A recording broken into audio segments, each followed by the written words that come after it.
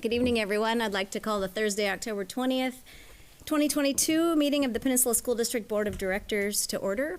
If you'd please stand and join me in the Pledge of Allegiance. I pledge allegiance to the flag of the United States of America and to the republic for which it stands, one nation, under God, indivisible, with liberty and justice for all.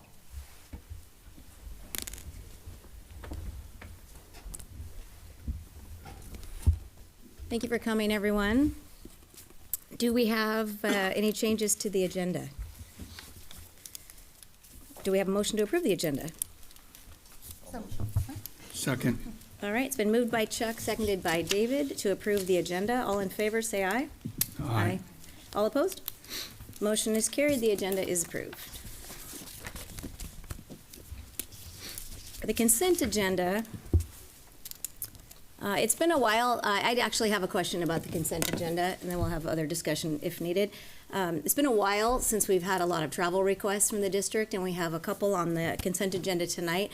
And I was wondering if Dan Gregory would be willing to come forward and explain a little bit about how the how that form works, and especially when there's a charge to the district for an athletic type or a group trip like that.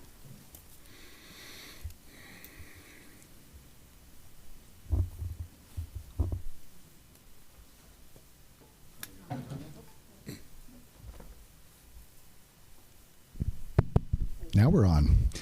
Thank you for the opportunity to clarify that, President Glover.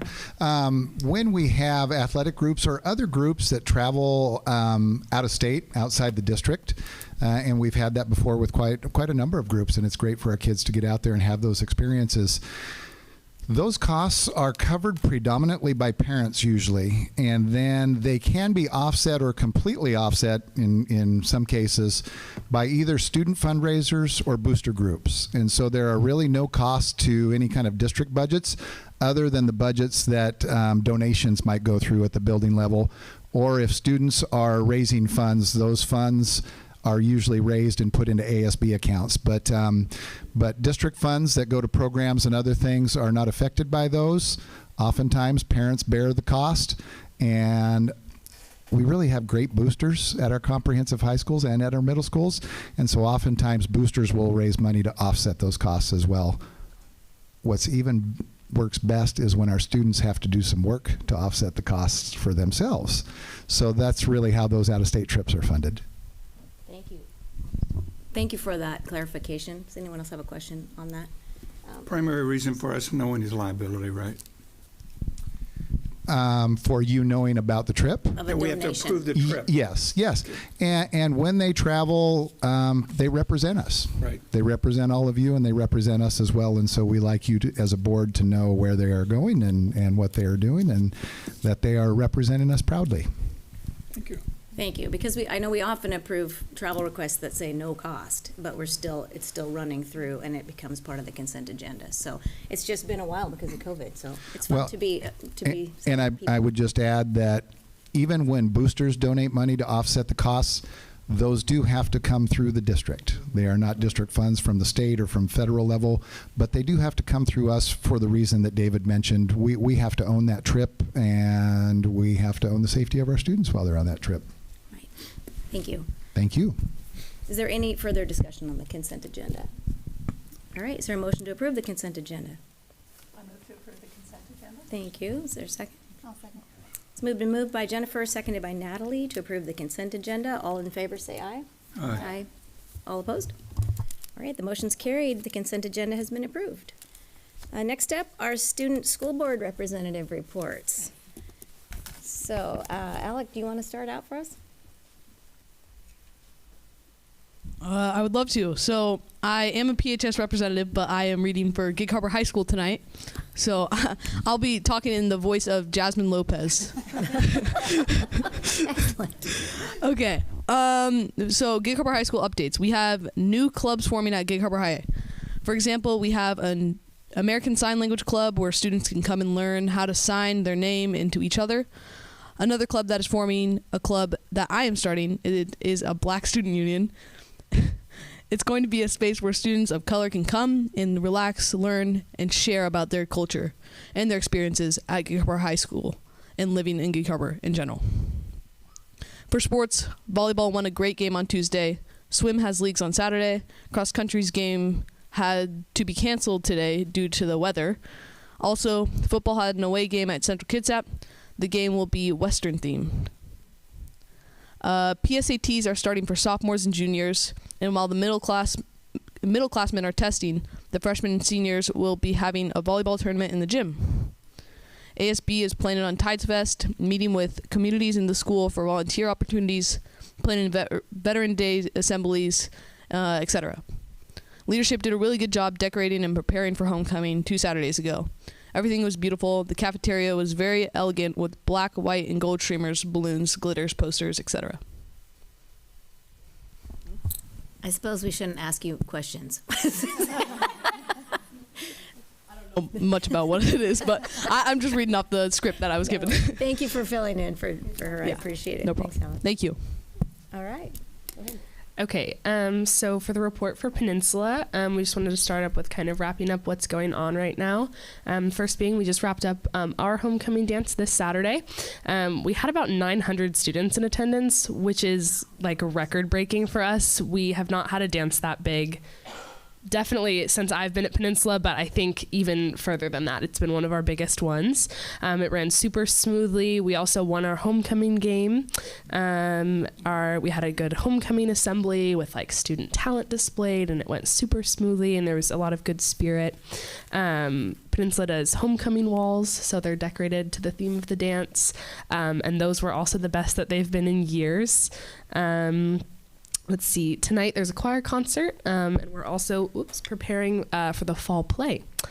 This week, my class, so the senior class of 2023, is doing a Krispy Kreme fundraiser. So we're selling Krispy Kreme donuts for $1 at lunches, and we're expected to make about $1,500 of profit on that, and that's going towards our prom at the end of the year.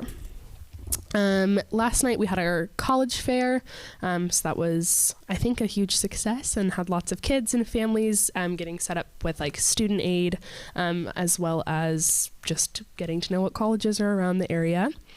All of our sports are kind of gearing up for their postseasons and playoffs. So swim's going to league this weekend, I think cross country as well. And so all of our sports are going into their playoffs. We're also gearing up for Winterfest and for Veterans Day. Assemblies and things like that. And then we're also trying to decide what our December charitable event is going to be. So as far as I brought up today, just any issues that any of our leadership students and advisors felt needed to be brought up. And the main thing that I think was brought up maybe over 8 times was the issue of parking at Peninsula. We have very limited parking for our students, and I think our staff as well. We only sell a certain amount of parking passes, and a lot of students who drive and use that mode of transportation to get around don't have access to park on campus.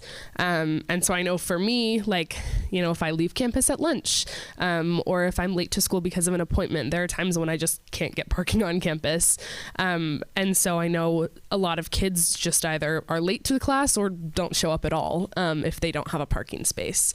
So that's definitely been an issue that has kind of been on our hands for the last couple years. Yeah. Sorry, can I ask you a question? Yeah. What do students do in that case? Park on 144th? Yeah, so there's the park and ride down the street that I know some kids will park at.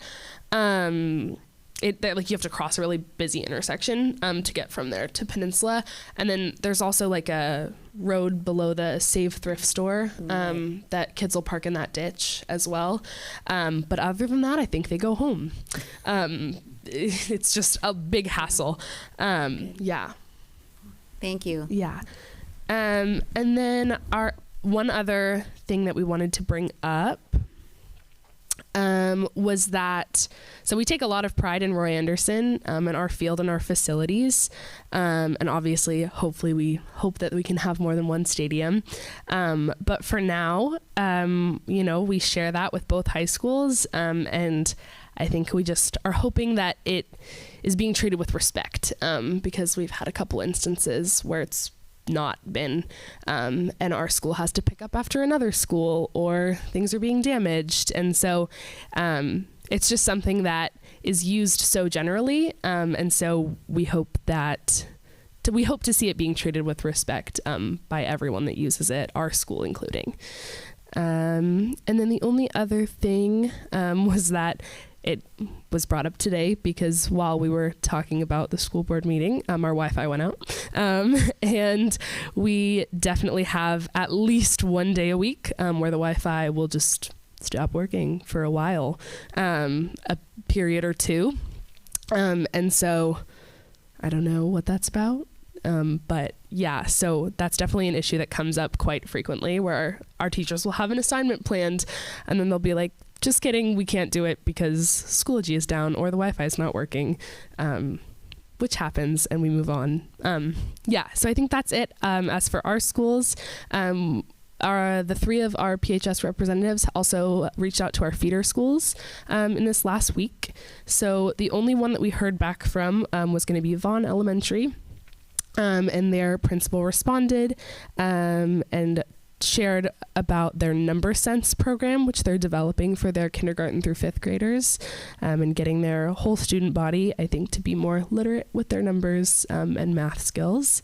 And they are also doing a readathon, which is happening from November 21st to December 4th. And that's going to be a fundraiser for their PTA. Yeah, so that, I think, is my whole report. Thank you so much. That was a great report. Excuse me. Quick question. What is the play going to be? I believe it's called Puffs, and it's like a Harry Potter spin-off type thing. That's about all I know about it, but I could find out more. A good question that I don't know the answer to. I can find out right now, and I will let you know by the end of the meeting. Yeah, I think it should be like the first week of December or the last week of November, I think. Something like that, yeah. PHS lunch in the Commons, so from like 11 to noon. Yep, today and tomorrow are the last days. Stop by. $1 for a donut, $12 for a dozen. That makes sense. Clever pricing. All right, Anderson Bay. Hello? Okay, there we go. I didn't know if it turned on at first. But hi. So we're doing quite a few things right now. At the moment, we've kicked up our Interact Club, and we are pairing up with Discovery Elementary School. And we're hoping that by doing this, we are meeting up with their fifth grade student council. And we're meeting up this Friday, so on the 31st, or Halloween, we can go to Discovery and help out teachers in their little Halloween parties, because it is on a Monday, so school day. So we're going to go to different I'm stuttering. Different classrooms, Halloween parties, and we're going to help out there. We also want to help out kids who don't have Halloween costumes or are missing pieces of them, giving out more candy, because there are quite a few students who can't afford that, and their parents can't afford that. And especially at Henderson, we also can't afford a lot of things, so we kind of understand that. And we're hoping that we can also pair up with them during Christmas or Thanksgiving or Valentine's Day, making sure everybody's included. Because again, some people can't always afford those things, so we want to make sure they have little goodie bags or little prizes, something for the kids to make sure everybody's involved. So that is happening the 21st, which is this Friday, our meeting, and then Halloween. And then another project we are working on is the rebranding of Henderson Bay High School. And it's a mix of a rebrand and showing what we actually are. Because from a lot of the public eye that are outside of Henderson Bay High School, they kind of view us as, oh, you're the alternative high school. You're very separated or cut off from other high schools. Which, in a way, yes, that is true, but not completely. At the end of the day, we're just students going to another high school. We're learning in just a different environment. But a lot of people don't view it as that. So we're taking the views from parents, staff, other students, and getting their views and their outlooks on the school, their experiences out there, because we're no different from any other students. Just because we go to an alternative high school doesn't make us like bad students or really anything of the sort. If anything, we're just normal students who go to a different school. So that's a project we're planning on doing, and with that project, we're also doing senior parking. So we can't currently paint on the parking spots because it would take a while, and afterwards, like all that time, we wouldn't really be able to do much with it. So instead, we're making senior signs. So we're doing little signs outside of every parking spot. All the seniors will be able to paint their signs and also get creative students out there and showing that they can do stuff, because there are quite a few of creative students at Henderson Bay. There's so many. And with that, we're also currently looking into it, seeing what we can do. We want to create a sign for our high school, because again, people always drive past the high school. They don't always know we're a high school. They don't really acknowledge us as that either. So we're thinking if we get a sign made by students and painted by students outside the high school where you can see it from the road, people could acknowledge us more and realize, oh, this is where Henderson Bay is. This is what they do, and students made this. So we're also working on that, along with a rock garden we're going to have outside right by the road. So every year seniors come by, they can paint a rock and it just grows and grows. So hopefully that whole stretch will be painted rocks. I think that's about it as of now. And are you the mural artist at Henderson Bay? Yes, that is me. Yes. Okay, I have seen some of your work. It's spectacular. Thank you. I would think, think it's cool that students would do the sign, but I would think from a safety and security point of view, having a school district pay for the sign, especially once you're rebranded, and have it on the street, in case law enforcement or firefighters or something need to get there, that we could have something a little bit better for you. Yes, sorry, I didn't phrase that completely well, I would say. But our plan is so we can like paint on it and like have that part out, but it's not like completely student built. So again, that's just another thing we're kind of looking into, but we do definitely want to make sure it's safe and everything is okay with it. We're just trying to, I guess, have students involved with it. But yeah, I phrased that not so well. So thank you for correcting me on that. You phrased it fine. I'm just saying, I think it's cool you'd have something for you to like change periodically, like the rocks at the high school and stuff. But I'm just saying to have a permanent sign, I think would go a long way. Great. Thank you so much. That was a great report. I appreciate all that. Do you guys have any questions for any of the student reps? Are we talking about books right now? Alec, I'm going to put you on the spot. Did you pick out your Mad at Mama book on purpose? Who could be mad at your mama? I did not. No, I did not. I read this book 100 times with my mom, actually. Yes. Okay. No. Okay. But do you? Can they talk about the books that their favorite books, or is this not the right time for that? Sure. I don't know. They can. Or Yeah. we could do it when we talk about Peninsula Reads. Let's do that then. Okay. Okay, be ready. Right. All right, next up is public comment or comments from the community. The board recognizes the value of public comment on issues related to district business. And we only have one speaker signed up tonight, Diane Nelson. So if you want to make your way to the podium, I'm not going to read the lengthy paragraph about the rules, because you know how it goes, but basically the board does not respond, as you know, and you will have 3 minutes. Yeah. And thank you for coming. Yes, you're welcome. And my name is Diane Nelson, and thank you for letting me speak to you. Actually, I decided, first of all, I wanted to thank you. So many of you had such positive response when I shared about the Grandmas and Blessing Club, Blessing Group, excuse me. And I really appreciated that so much. And I had to catch a red eye that night, and that's why I had to leave before all the last 5 of you got to speak. But I wanted to thank you for that. And I thought, I think I'll just tell them a little bit about our group. And because it's just basically been, incorporated in just the last few months. And we're a group of grandmas. It's a faith-based organization. There's only 14 of us right now, and we represent 5 of the different churches in the harbor. So we're getting a multi-faith, based approach, and we want to just be involved in the school district in positive ways, supporting kids or the staff. And so, we're starting out small and hoping to get bigger. And some of the things we're doing right now, besides helping at the Fellowship of Christian Athletics at the 2 high schools, we also were hoping to maybe do some work with some other clubs in the district, and we wanted just to be able to support staff of schools too. And since there's only 14 of us grandmas now, it's like we don't have anyone supporting us. We just all chip in and pay for everything we do and divide it between the 14 of us. But we started making baskets of goodies to take to schools, and we can't get every school yet. Eventually, we hope we will. But I just want to share back with you how wonderful it's been to go into the schools and just give them a basket of goodies. Like in September, we did caramels and apples, and this November, we did popcorn and candy corn, and just something to take into the staff room for the teachers, the custodians, the principals, whoever. Everyone at the school who's working at that school. And we write a thank you note, every time. We just let them know that we're a group of grandmas and we're praying for your safety and we're praying for joy of learning in school.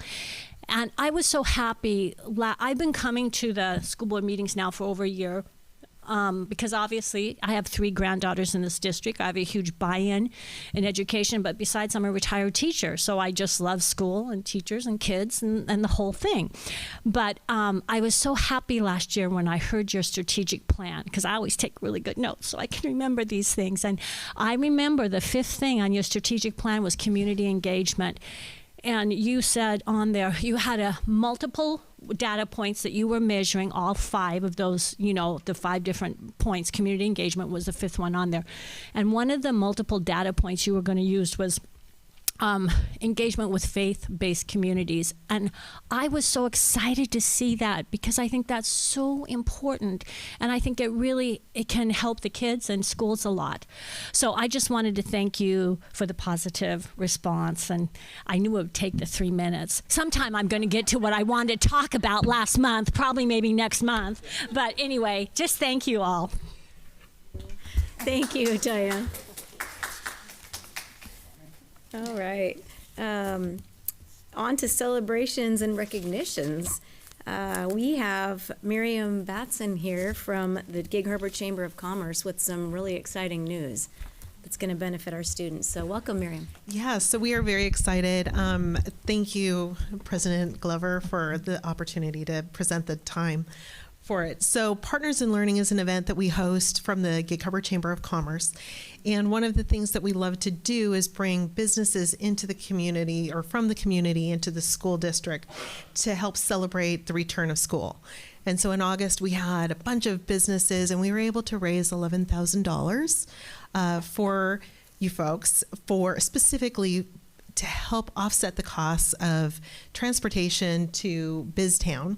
And so earlier this week, we sent that check and the school district did receive it. And so we have the cheesy photo op kind of check that I brought with. So if you would like to come down and get a photo with, we'd love to have that.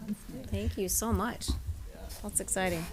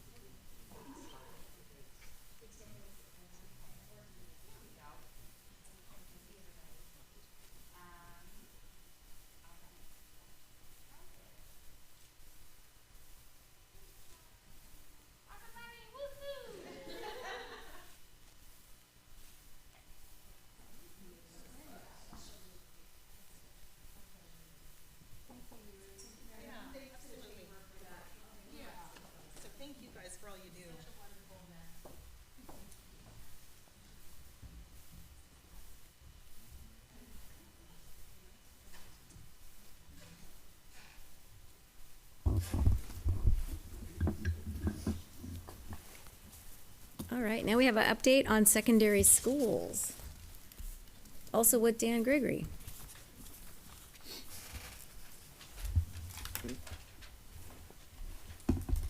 Thank you, Dan.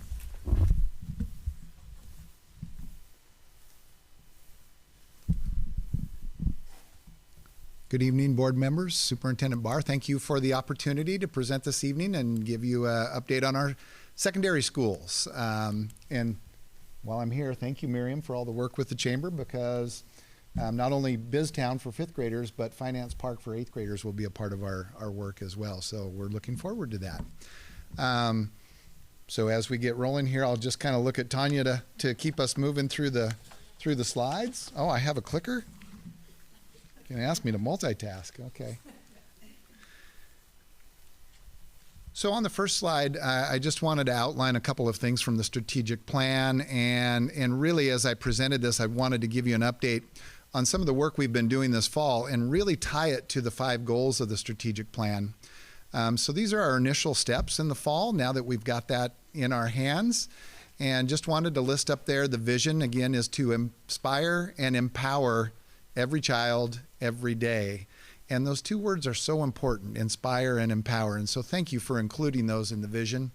The mission, again, is to be the best school district in the state that prepares every child to be a successful global citizen by providing innovative, rigorous programs set within a culture of belonging. And we talk a lot about pathways, and so really going to try to connect a lot of this to multiple pathways, college and career. And the word "and" is in capital letters there because we want all students to think about what post-secondary ed might be for them. That doesn't mean 4-year college. That might mean some other kind of post-secondary education that is going to propel them to a career that they are passionate about. And I was looking at something today, and we really want it to be career, not a job that dead ends, but a career. And again, if that career is entered right after high school, what are the next steps? And so really a strong emphasis on it's not college or career, it's college and career. And college could be any of a variety of things. Again, the presentation really going to try to tie things to those 5 goals in the strategic plan. The first one of those is academic excellence. And I know we've talked a lot about metrics, and metrics was referenced by our speaker earlier. And so as we look at the metrics associated with academic excellence, the ones I wanted to highlight were leading off with was that 100% graduation rate. What a great goal. 100%, all students, and we had a lot of discussions recently about what does all mean? All means all. And so some key indicators along the way as we strive for that 100% graduation rate are the 100% of 9th graders on time to graduate, having 6 or more credits at the end of their 9th grade year. Eliminating achievement gaps. We've done a lot of work with principals lately about looking at their data, but not just looking at the data as a whole, but disaggregating it so we can see who those students are that are not achieving. 100% access to core instruction, increased opportunities for middle school students to earn high school credit, and 100% of graduates completing 1 or more dual credit courses. Those are the metrics, and I'm going to shift over to the actions that we've taken thus far.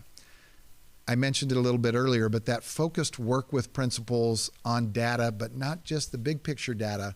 Let's disaggregate that data and figure out who our historically underrepresented students are and how are they doing. And we want to propel all students forward, but we have some that we need to spend some more time, effort, and different ways of supporting. And so that disaggregated data, we've looked at that in relationship to that 9th grade on time. We've really looked at those achievement gaps more closely this fall, and we're looking at our inclusive practices work, and I know Board Member Butler is on, I believe, that IPP team with us. That current reality line right next to that, our most recent work with high school and middle school principals, we referred back to our work from last spring, and we really rated how well we believe that all students could learn at high levels. We came back here a week or so ago this fall, and we had every principal and assistant principal look at their master schedule and look at distribution of students within that master schedule to say, are all of our students accessing courses? And we look to see, are we congruent with that belief of all students can learn at high levels and student enrollment in our courses? And we found, not surprisingly, that we're not yet. But that not yet piece is really important because they came out of there, all of those principals came out of there saying, oh, we've got work to do. And that's what we want. We want to highlight those pieces where we're falling short, and we want to address those. On the high school credits in middle school, We're exploring that right now. It was interesting as we did work this summer, quite frankly, at Harbor Ridge when we were doing the principal shuffle. It was interesting to have the staff, do you have any questions, who were involved in that process? And they said, yeah, what are your thoughts about us expanding our ability to have more students earn high school credit in middle school? It's not a top-down thing. The teachers are looking for it as well. We're asking the questions, we're looking for what's possible. And when we look at our current status, when we have algebra, geometry, and Spanish students, those are not our students who usually have a hard time earning our 24 credits. So how do we employ strategies that involve other students, and how might they earn that credit? We're at the initial stages there, but that's an important one for us. And then finally, that dual credit opportunities. We celebrated last week students who were scholarshiped for their college and the high school courses. That's an access piece. That's an exciting piece because we want more students. We don't want financial situations to be a barrier to those dual credit courses. By the way, if it's English and math that those students are earning college credit in, that also counts as a graduation pathway, so it circles back up to that top goal. We're also looking closely at CTE dual credit and how can we have more students leaving with CTE dual credit. That in itself is not a graduation pathway, but it's an important component of a graduation pathway that can add up to that top number as well. So exciting work going on with academic excellence. This is the one with lots of metrics that we've already defined, so we have a second slide on that. We also wanted to maintain or expand our enrollment in arts, maintain or expand our enrollment in CTE, and we also want 100% of our college-bound scholarship eligible students enrolled and 100% FAFSA completion.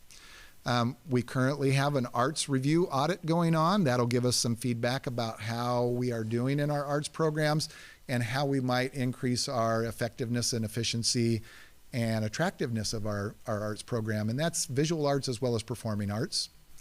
We are working right now with our middle school administrators, and we will be doing a collaborative effort soon with our association around the middle school calendar, and not the bell schedule, but more the middle school calendar. And how do we look at that, creating more opportunities for students in elective areas around arts, but also around CTE. And the piece around CTE there, we had the CTE review last year with Dr. Mendoza. We heard a lot about CTE when we did our strategic plan meetings with the public. And Aaron O'Neill and myself spent a lot of time with principals last year. What we're striving for as we go forward with those CTE electives, first of all, is consistency across the district. What school you're in should not limit you from different CTE electives. And then the second thing is curriculum. How do we have a guaranteed and viable curriculum that's updated with 21st century standards? And industry standard is the line. So we're looking into both of those pieces at all of our middle schools. But one of the things that came out last year also was, is there continuity between the middle school CTE and program and high school programs? So we want to build that continuity, that bridge for continuity as we do that as well. I'm happy to share with you that the goal around 100% of college-bound scholarship enrollment has been met. That is because as soon as students now are eligible for free and reduced lunch, they are automatically enrolled in college-bound scholarship program, which is a really cool thing that we discovered last spring. All that does is shift our thinking. So the question now for us is not if there are students and families that are eligible for free and reduced lunch, free and reduced lunch who are not signing up, it's how many and where are they? So part of our work is to focus on that eligibility for free and reduced, because if there are people out there that haven't signed up for that are eligible, there are so many benefits that go along with that, including the college-bound scholarship program. And then 100% FAFSA completion. We've had a focus on FAFSA right out of the gate. We've done some work with our seniors in homeroom at both high schools, getting them a FAFSA number, getting them to initiate the process in homeroom, every senior in their homeroom class. We are also trying to educate parents further and debunk some of the myths around FAFSA. FAFSA is, I had to think about this last night, the free aid federal student application. I think I got it right. It's what you have to complete to get aid Free application for student aid. Thank you, David. I had it down when I left last night. As a part of the college fair referred to last night, we had a financial aid lab going on, and we had people from a couple of colleges in there assisting parents. We had 25 parents, at least 25 parents who at least signed the board, come in and learn more about FAFSA last night. So we're making progress on both of those, and that's good to see. Dan, can I also just reiterate and emphasize what you're saying is that we really want families to go ahead and fill out the form. If they don't qualify, fine, but many, many families would be surprised, especially if they have multiple children or blended families. So if they have stepchildren within the home. And so encouraging this system to fill out the free and reduced lunch form as well as the FAFSA as part of just this is what we do as a system, and allow the system to accept or deny. And many more families would be very surprised because of the amount of, it's actually a substantial household amount to qualify both for reduced and free lunch form. And all of that then money that they save, right, will be a benefit for the family, especially at this time. So we really want to change culture a little bit. Dan and I spoke last night at PHS when we were there about, wouldn't it be an awesome opportunity for students just to get used to filling out complex forms, like when you fill out a mortgage or you have to do your taxes online, those kinds of things. That's what the FAFSA is like. It's like, what? I have to have a code? What? But if we just get used to doing that in our younger grades, then it just becomes normal. So I don't know if we were brainstorming, could we have everybody fill out a FAFSA form? It's a little more complicated than that, but that would really ensure, even if students do not qualify for the FAFSA, they may qualify for other scholarships that will not allow them to qualify unless they fill out a FAFSA. And that is exactly right. Even things like work study. I think people have it in their head that I'm not going to qualify for those grants that come to me free. And that may be the case, but it opens doors to a lot of other opportunities. And that's broadly the term is we need to debunk some of those myths so that people know that there are other opportunities in eligibility. And I just have to ask you guys, because this was what I brought up, filling out the complex forms, I bet every adult in this room knows their social security number. Do you guys all have your social security number memorized? Because that's usually where you start when you're filling out FAFSA. And that is a fabulous answer. We that's right. Thank you. We teed that one up for you. That was perfect. Yes. Look at you guys and kind of piggybacking off your comment. One of the things I was curious about is there's a required personal finance class, right? And are you talking about that at all? Because that came up a lot in the strategic plan as something the board was interested in seeing kind of what is taught and potentially bringing that up to speed for something more modern. And I look at you guys to say, I believe you've all had to take that course. If you want to fill out a FAFSA, it seems like it might. You might do it in that course, or are you talking about CCFE? CCFE, yeah. College Career and Financial Exploration is, yes, that's the required class, generally taken the sophomore year, and that is, financial literacy is a big part of that, so. Yeah, just curious your thoughts on that course. Yeah, so I took it as a summer course, I think right after my freshman year. Okay. So it was a little bit ago. And I know that they talked a little bit about like FAFSA and different, finance things as you're kind of getting ahead in life. I know we didn't specifically go in and do our FAFSA or anything like that or set up an ID, but like you were saying, we did that in our homerooms a month ago. One homeroom, they sat all us seniors down and we created our FAFSA ID as well as registered to vote, and did both of those things. And then when that was like, I think a week or two before the FAFSA opened. And then once it opened, we were just reminded by our counselors or whatever to fill it out. And I filled it out that day and it was miserable. I think it took me 3 hours. but now I know how to do it, and I did it all by myself. And so definitely, something that I think a lot of those skills also came from that class, reading or learning how to read forms and stuff like that. So It gets easier as you go on because you don't have to enter all that information. I would just say the timing of that class as a sophomore wouldn't help you because you really can't do your FAFSA until right now, right? You really need to wait until your senior year. But I love the concept of having, kind of struggling through that. And wouldn't it be fun to have a whole classroom of struggling, right?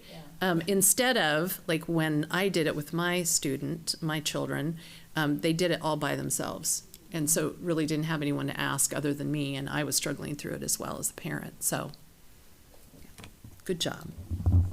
And that was a excellent segue to the next slide, which is around innovation. And as you know, we had our CTE review last year. That review from Dr. Mendoza called for a strategic plan around CTE. And so Aaron O'Neill worked with principals and others from the district office and prepared that. And I'm not going to go into a lot of depth on that because I saw farther down on our calendar we have CTE coming up. And so I'm going to leave a lot of that for Aaron, but I just wanted you to know, tying it back to kind of that middle school piece, that's just part of that innovative piece and how do we do things differently and build that consistency, that guaranteed and viable curriculum, and have that continuity. And so Erin's going to speak more to that later on in the year, and I'm going to leave that for her. Part of that, as I mentioned before, are reviewing those elective opportunities at the middle level and seeing how we can get more creative and hit those 3 goals that I talked about. Real briefly, the other piece that we've looked at this fall around innovation was the way we accelerate students as they come up from elementary to middle school math. And we've kind of set some goals around that. How do we increase inclusion and increase our use of inclusive practices so that we're less tiered or less tracked? And while we do that, how can we increase the number of students earning high school credit in middle school in math as well? So those are 2 very broad goals. We still have some work to do there. It's on the middle school agenda for middle school principals on Monday, so we'll be revisiting that regularly and looking at that process as well. So Dan, I just want to point out, I appreciate that the board passed an acceleration policy this evening. That is a new policy and will allow the middle school to really be under policy as they accelerate. So thank you. And as I said, the academic acceleration, that was 2 slides worth. Some of the others were just getting started, and there's not as many metrics built out in them yet. So one of those is fiscal responsibility. Some of the metrics that we did define within that one are increase in grant application and increase in new revenue sources. So regarding grant applications, we've been doing a lot of work and looking through a number of grants related to CTE. We'll be submitting some of those there. And I actually, Creston, happened to stop by Henderson Bay the same time I did today, and Mr. Tovey and I started working through a grant application at Henderson Bay around graduation rate and support for graduation rate. I did want to circle back one more thing around grants, and I'm going to tie it to the FAFSA piece. Stephanie Gleniski is our post-secondary college career counselor who's been working with us this year. She's been leading those FAFSA efforts. She applied for a grant through Graduate Tacoma, and we actually have a $1,000 grant at each of our 2 comprehensive high schools to support FAFSA completion. And so we're looking for other sources of money to support the work that we have listed within the strategic plan. When it comes to new revenue sources, students enrolled in CTE courses earn basic funding, but they also earn enhanced funding. And so when we look at our CTE courses, we really want to look at maximizing not only the number of courses, but enrollment in those courses, because that maximizes our access to that enhanced funding. We're looking at that for 7th and 8th graders, as well as for high schoolers. The state right now does not fund 6th graders for CTE courses. They're operating in a little bit of an old-fashioned junior high model where it used to be 7, 8, 9, so that might be a point of advocacy later on, perhaps through WASDA, to get them to switch that to a real middle school model and bring that down to 6th grade. But we are looking at a variety of ways of accessing more of that enhanced CTE funding. There is also a metric in there around increased transparency and alignment when it comes to budget and strategic plan. Internally, with our new collective bargaining agreement with our teacher group, we now have building leadership team of teachers. And part of the task of those teachers is to help, along with the principal, monitor the building budgets. That should be increasing transparency. It is. It's in its early stages, and we're working through some of those things. We're really excited about where that's going to go. We're going to do some work with principals. We're going to do some collective work with principals and teacher leads and classified leads so that we really better understand that budgeting process and become more and more transparent. We are just getting started on that, and we're in varied levels across the district, but we're going to get better at it, and it is a step in the right direction. Learning environment. Hey, Dan. Some of the metrics are, oh, I'm sorry, Sorry, David. before you get too far ahead, rather than wait to the very end, I just wanted to ask, go back, you don't have to change slides, but just talking around college and the high school and high school and the middle school, you know, I'm hoping that we're going to focus also on the rigor and making sure that we don't lower the bar on academically for the students, just to make sure that we have participations, that we lower the bar for students to be able to take those courses as they accelerate up into more challenging math classes. And so I'm just curious, what are your thoughts on as far as rigor for those classes, you know? Our thought, I'm going to say our, O-U-R, our, including my colleagues in the back and the work that we did with the secondary principals last year, our beliefs are more students can reach higher levels of learning. What that requires is it requires us to support students differently in the classroom. It requires building administrators to support teachers differently in their work, and it requires us at the district level to support principals differently as well. So yes, rigor should be there. I think the thing we need to understand when we talk about access also is high expectations for one student might not be the same high expectations for the student 3 seats down. And so as we look at that, that really is where that 100% of students accessing on grade level core academics comes into play. But we also want to not only provide different ways to support students who might be traditionally underrepresented, but we also want to find ways for students who might be sitting in classrooms bored to extend their learning. And again, that's a different kind of support. We spend a lot of time on differentiating up from the bottom up. We also need to spend more time differentiating from the middle higher up as well. Yeah, and that goes to like sort of what we talked about 2 weeks ago as far as the strategic plan and what our 5-year goals are going to be. Like we established this year as a baseline, and then we have growth goals year over year to like where we want to be. You know, hopefully it's quicker than we want to get there, but hopefully, and I think that would be really helpful, especially if we have, I don't know if we have high school mentors that could be mentors to middle school students, maybe do Zoom meetings and mentor them to help them get there. Students that may be just under the threshold for getting into one of those higher level courses, maybe they get mentored up so they don't get too discouraged. I'm just hoping that we're looking at all those kind of options to help those kids get up there. And then, because you made a comment about math inclusionary practices, I'm just sort of like, I don't have a clue what you mean by that. And so if we're trying to make all those advanced math classes, high school and middle school, available to all students, I think that's great. But then how are we going to help? And I just go back to the rigor that I don't want to see us lower the bar if we want to be best in state. I just want to make sure that we're helping the students get to the bar to participate. I'm hoping that it's clear as mud. Yeah, no, I think I understand what you're saying. We're not going to sacrifice rigor to bring the numbers up, and we don't. And it does, when you ask what do I believe, it does come back to that belief of all students are capable of learning at high levels. Our job is to figure out how we support them differently and facilitate that and have instruction that takes those who are already high and raises them up, but doesn't separate the others from them.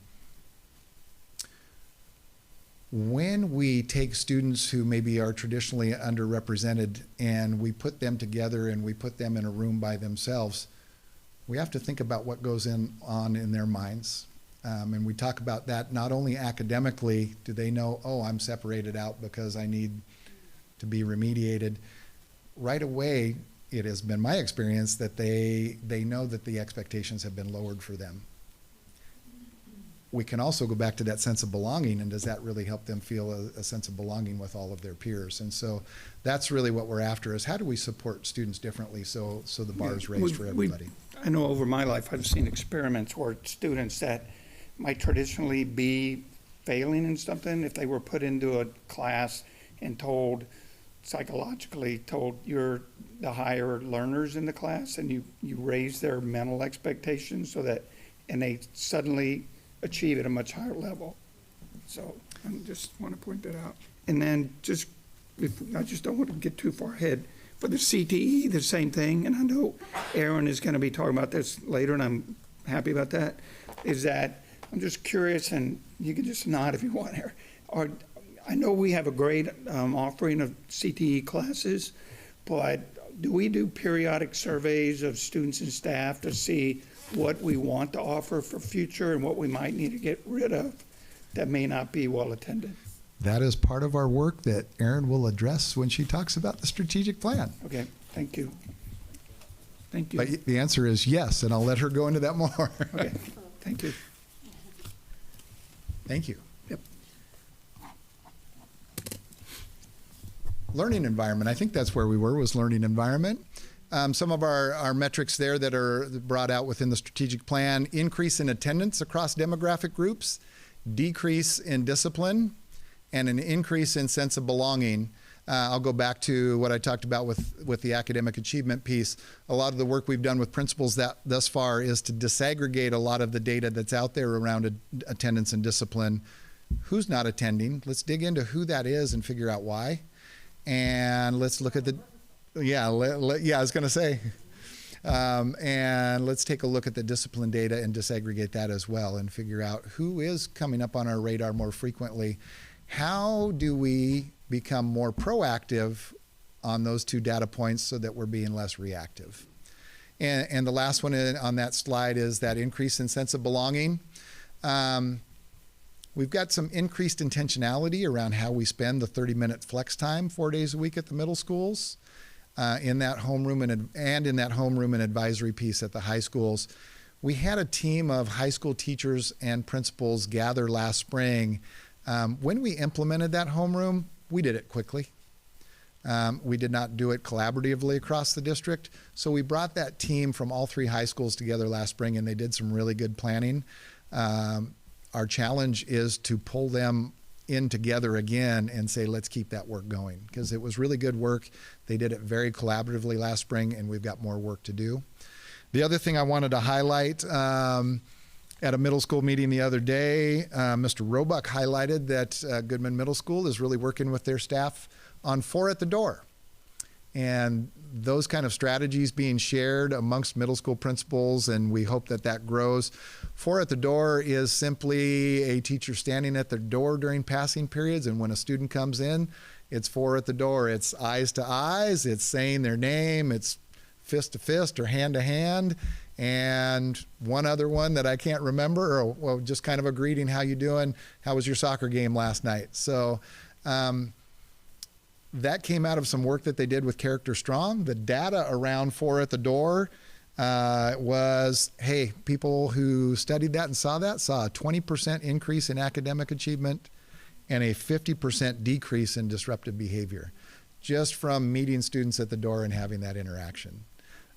So those are things people are trying, but they're not just trying them, they're trying them and sharing them with one another. Finally, community engagement that was mentioned earlier. Increased number of partnerships. Some work we've done thus far. I mentioned the grant from Graduate Tacoma earlier.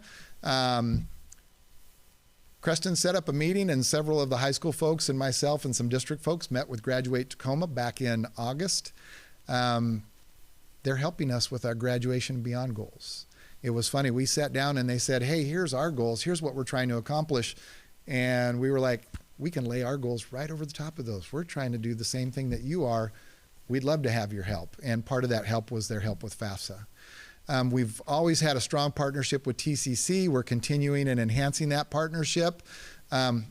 We've talked about Fresh Start in here before. Our Fresh Start enrollment this fall is 27 students. That includes continuing and new, so we have 27 students accessing that program.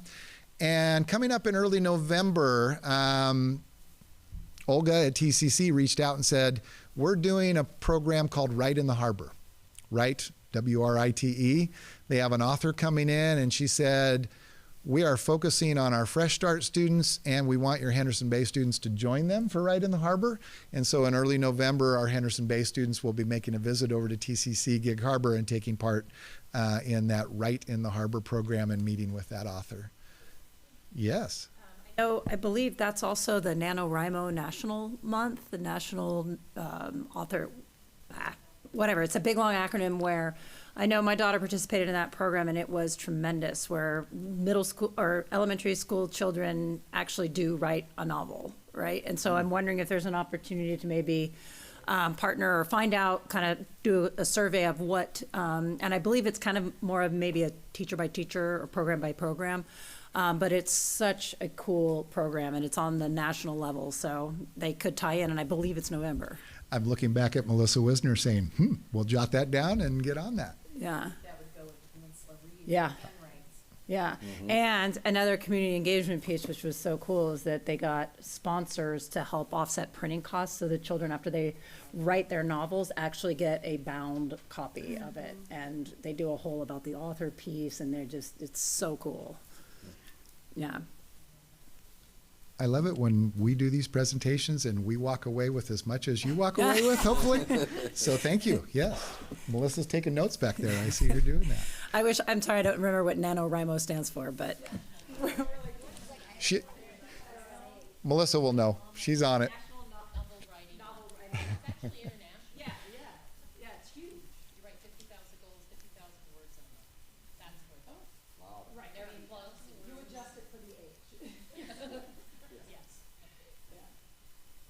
Very cool. CTE Advisory, Aaron and I have spoken, we'll be looking to expand our CTE advisories, recruiting some new members and getting more people within the community involved in that. And again, I'll highlight it, and Aaron will go into it more.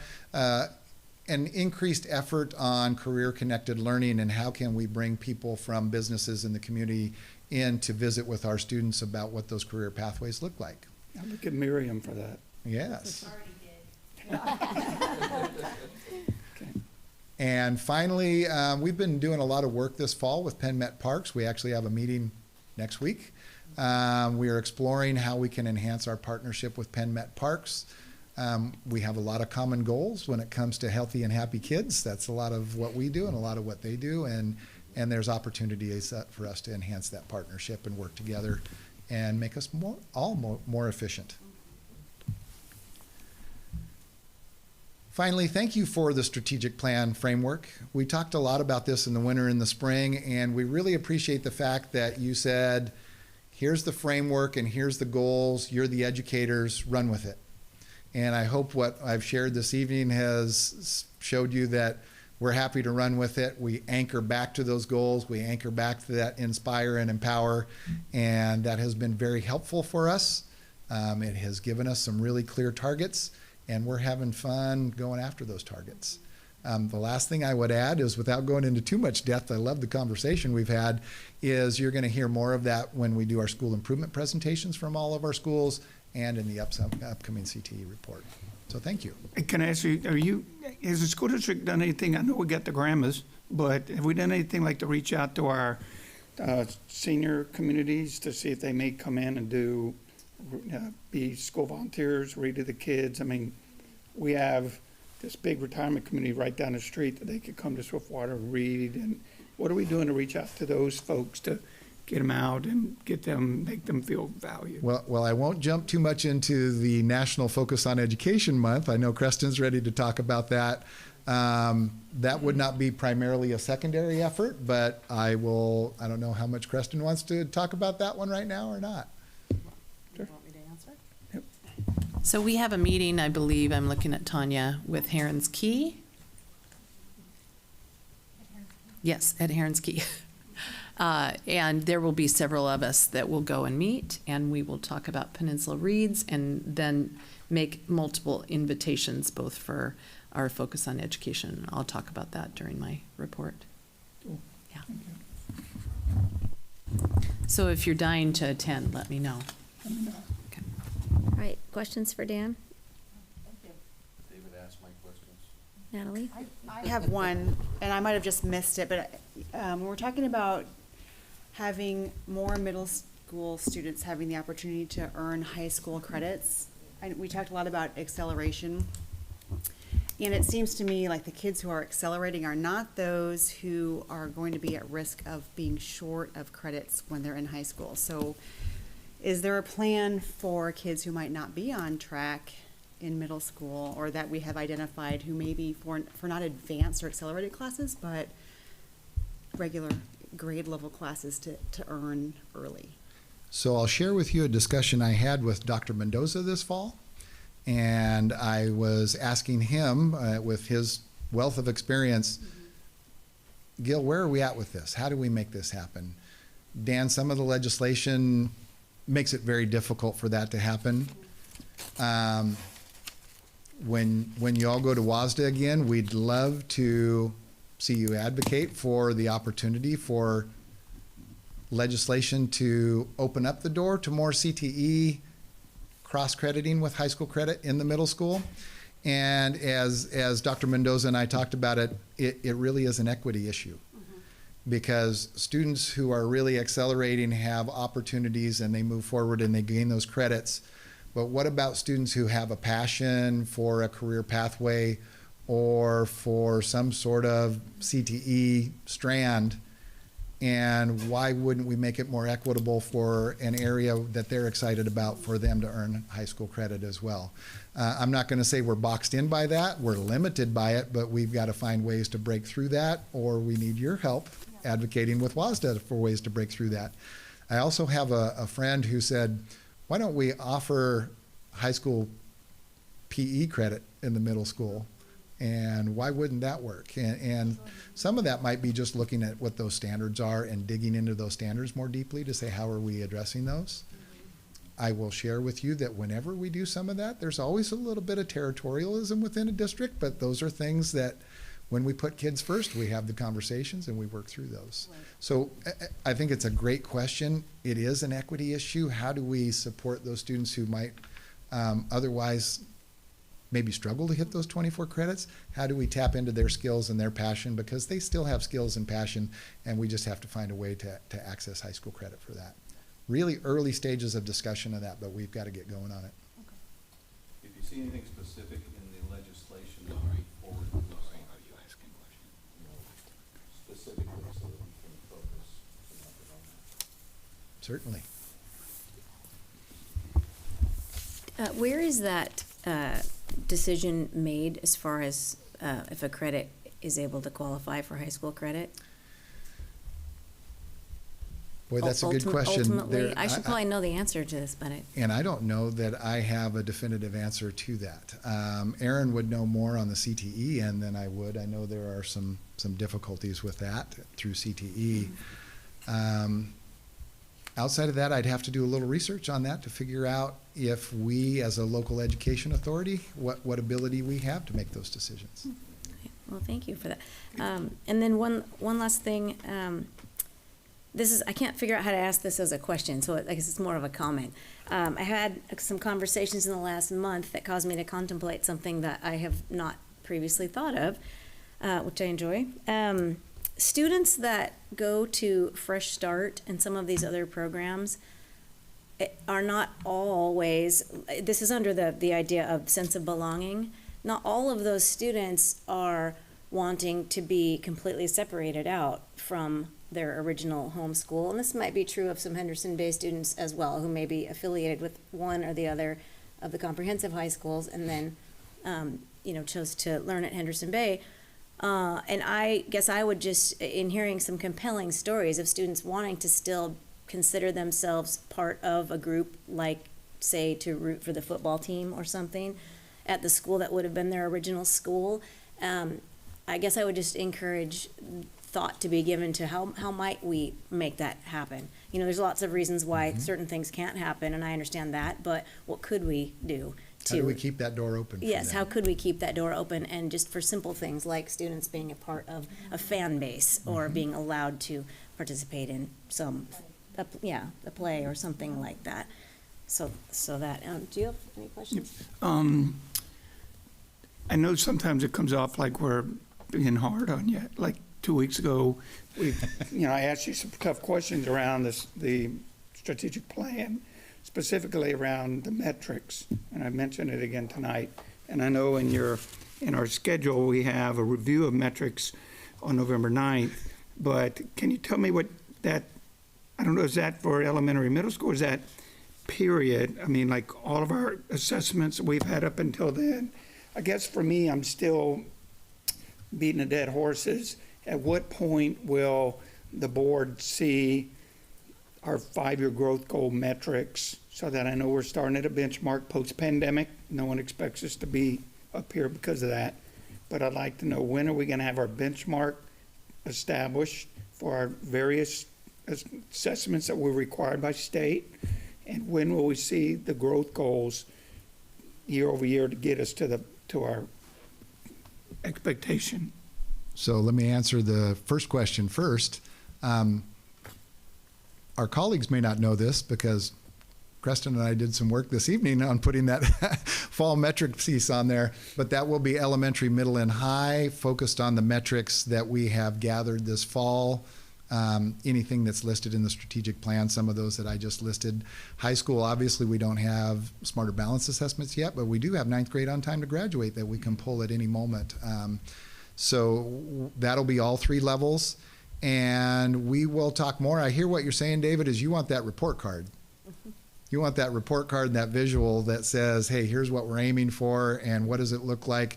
What is it going to look like in July of 2023? Which of those are going to be green lights, yellow lights, or red lights around those metrics? Is that what I hear you saying? It's not just that I want the report card. Oh, no. Our community wants the Our report community card. wants that. Like when I lived overseas and where I decided where I was going to live and where I wanted my kids to go to school, I looked at OSPI data, and as we've heard from you and others, our numbers don't always align with the OSPI, but I still went there first to find out where I wanted to bring my kids. So I'm just saying, our community wants to know where we see our, we want to be best in state. I just want us to be able to say how we're going to get there. So what I'm going to recommend is that we work with our DLI team and others on that report card development and work through Superintendent Barr, and she can notify you all as we work through that development piece. Eric, Josie, and Alec, do you guys have, Arrow, I'm sorry, do you guys have any questions? No? Or comments or anything? Okay. You don't have to have one, so if you don't, it's fine. I just want to give you a chance if you are dying to ask something. Well, since I have to ask one, no, I'm kidding. I do think that, like, exactly what you were saying, the kids that are able to earn that credit in middle school are not the ones that are struggling for credits at the end of high school. I think I've noticed that in my peers and friend groups alone. I was someone who took college or high school credit in middle school and am not struggling to finish those credits in high school. And I do have friends who didn't earn that credit in middle school and are now struggling for credits. So I think that's 100% accurate. And I think all the things you were talking about, PE credits in middle school, like PE is something that I'm pretty sure every single one of my friends has tried to get out of in high school because no one wants to take PE or like even art classes or I don't know, something like that. But yeah, I agree with all of what you guys were saying. So I guess no question. Thank you. Alec, Great. nothing from Gig Harbor for you?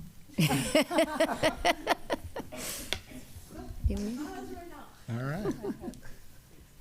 And then I also had a quick comment. I know that we had already mentioned it, but coming from a previous school, my previous school was Peninsula, and then about halfway through my junior year, I switched over to Henderson, and I go to most of the football games. I'm involved in a school sport with Peninsula, and especially with, I know we mentioned theater programs, being involved with everything. There are plenty of kids who are in theater tech and who are actors from Henderson Bay who go to Peninsula.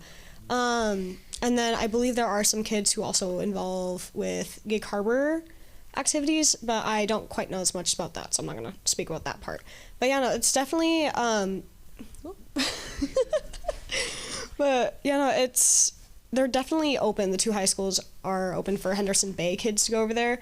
Although I will admit, I feel like we should definitely, I'm trying to find the correct word for this, but like advertise it more towards the students, because some students don't really know about it. But yeah, no, we go towards sports and clubs too, because we're talking about in our leadership classes about merging our clubs and teaming up and then doing community services like we're doing with Discovery Elementary School. But yeah. That's awesome. Thank you for sharing that. This is why we need student reps, because otherwise you just have a bunch of old people trying to figure out what's going on in the high school. So thank you so much. And thank you, Dan, for giving that presentation. Thank you. Again, it's nice to leave with as many ideas as we came with. So. Yeah. All right, item 8.2, levy information. We're going to have another presentation from our CFO, Ashley Murphy.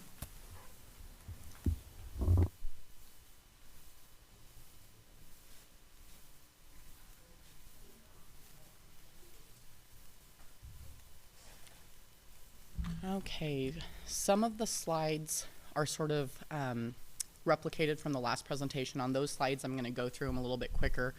If you happen to have questions, though, feel free to stop me, and we can provide additional information.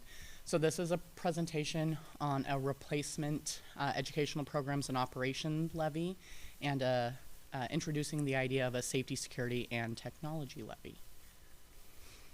So our current EP&O levy, it does expire December 31st of 2023. This levy was approved by the voters back in 2020. This provided levy funding for 2021 through 2023 in the amounts of just over $25 million through just over $28 million, with an estimated tax rate at that time of $1.50. There was a levy spending plan that was designed based upon the board goals at the time, and is now being used to support our strategic plan.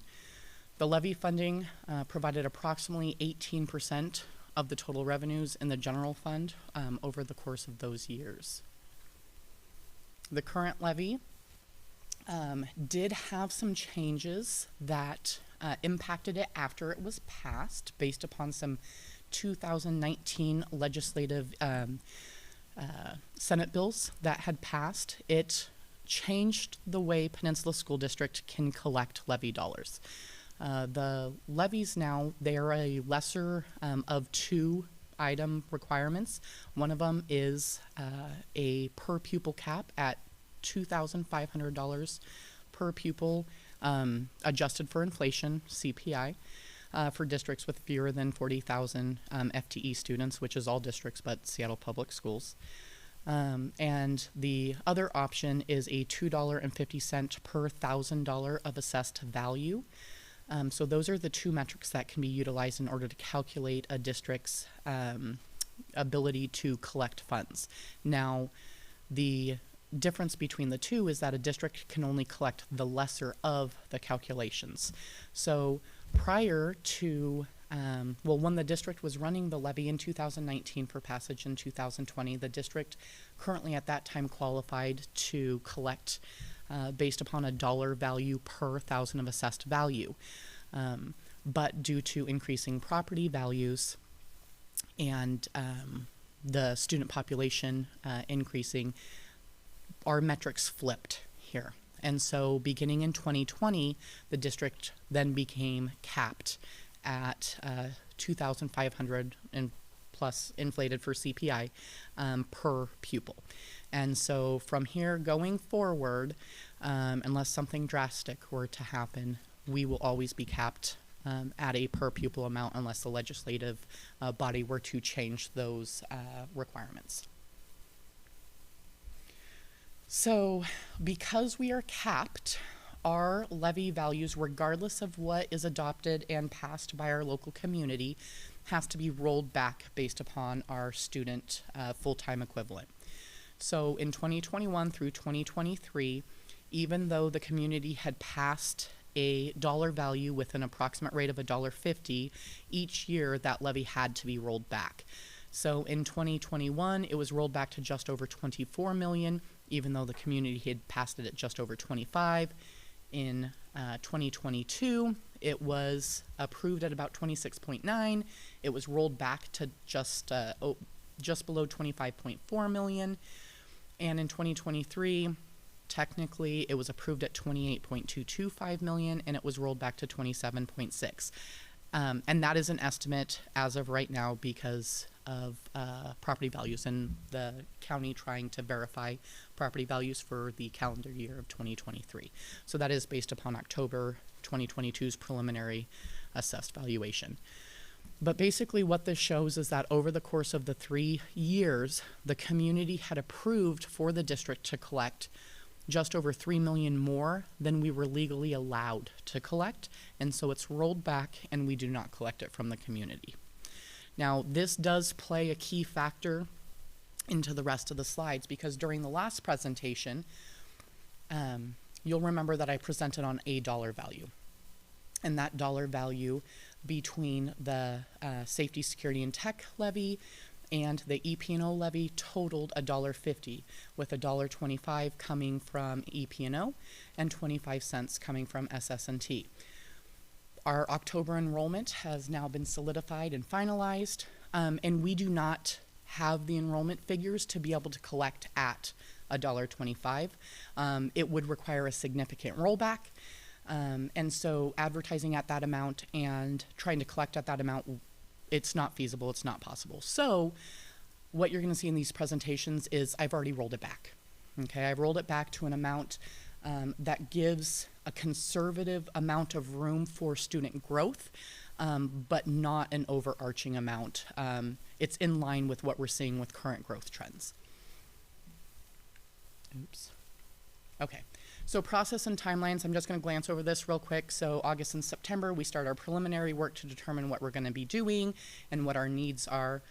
October 2022, meet with the board. We did our board retreat, did our first board meeting to discuss preliminary recommendations. And today I'm coming to you with final recommendations based upon our finalized data, along with the first reading of levy resolutions and any discussion you may have. In November 2022, I'm required to submit a levy expenditure plan to the state, to OSPI, for approval.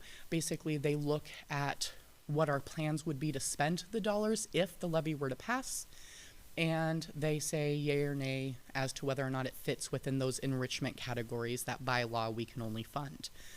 November 9th, we have our board meeting, at which point you'll have your second reading of the levy resolutions, and if the board so chooses to adopt the resolutions, it would be done at that time. December 16th is our drop dead filing date for ballot resolution with the county for a February 14th, 2023 special election. So when determining what our levy authority is versus our financial needs, we do those calculations. We do the calculations based upon assessed value, student population, confirm that we're still capped at a per pupil amount, which we are, and then we start sort of trending into the future. What are our expense trends looking like, and what we are anticipating as far as legislative rulemaking, any rollback capacity, and that helps us put together what our ask would be. So we look at all of the financial assumptions, which is the increasing CPI, IPD, because those impact our overall costs, and any type of loss of legislative hold harmless and stabilization funding, or the enrichment factor that the legislative body is going to be discussing this legislative season, which does impact this district. This district receives about $3.8 million through this percentage factor, which the state gives us this $3.8 million because Peninsula School District has experienced teachers. We have staff that come here. they enjoy the community, they enjoy the district, and they stay.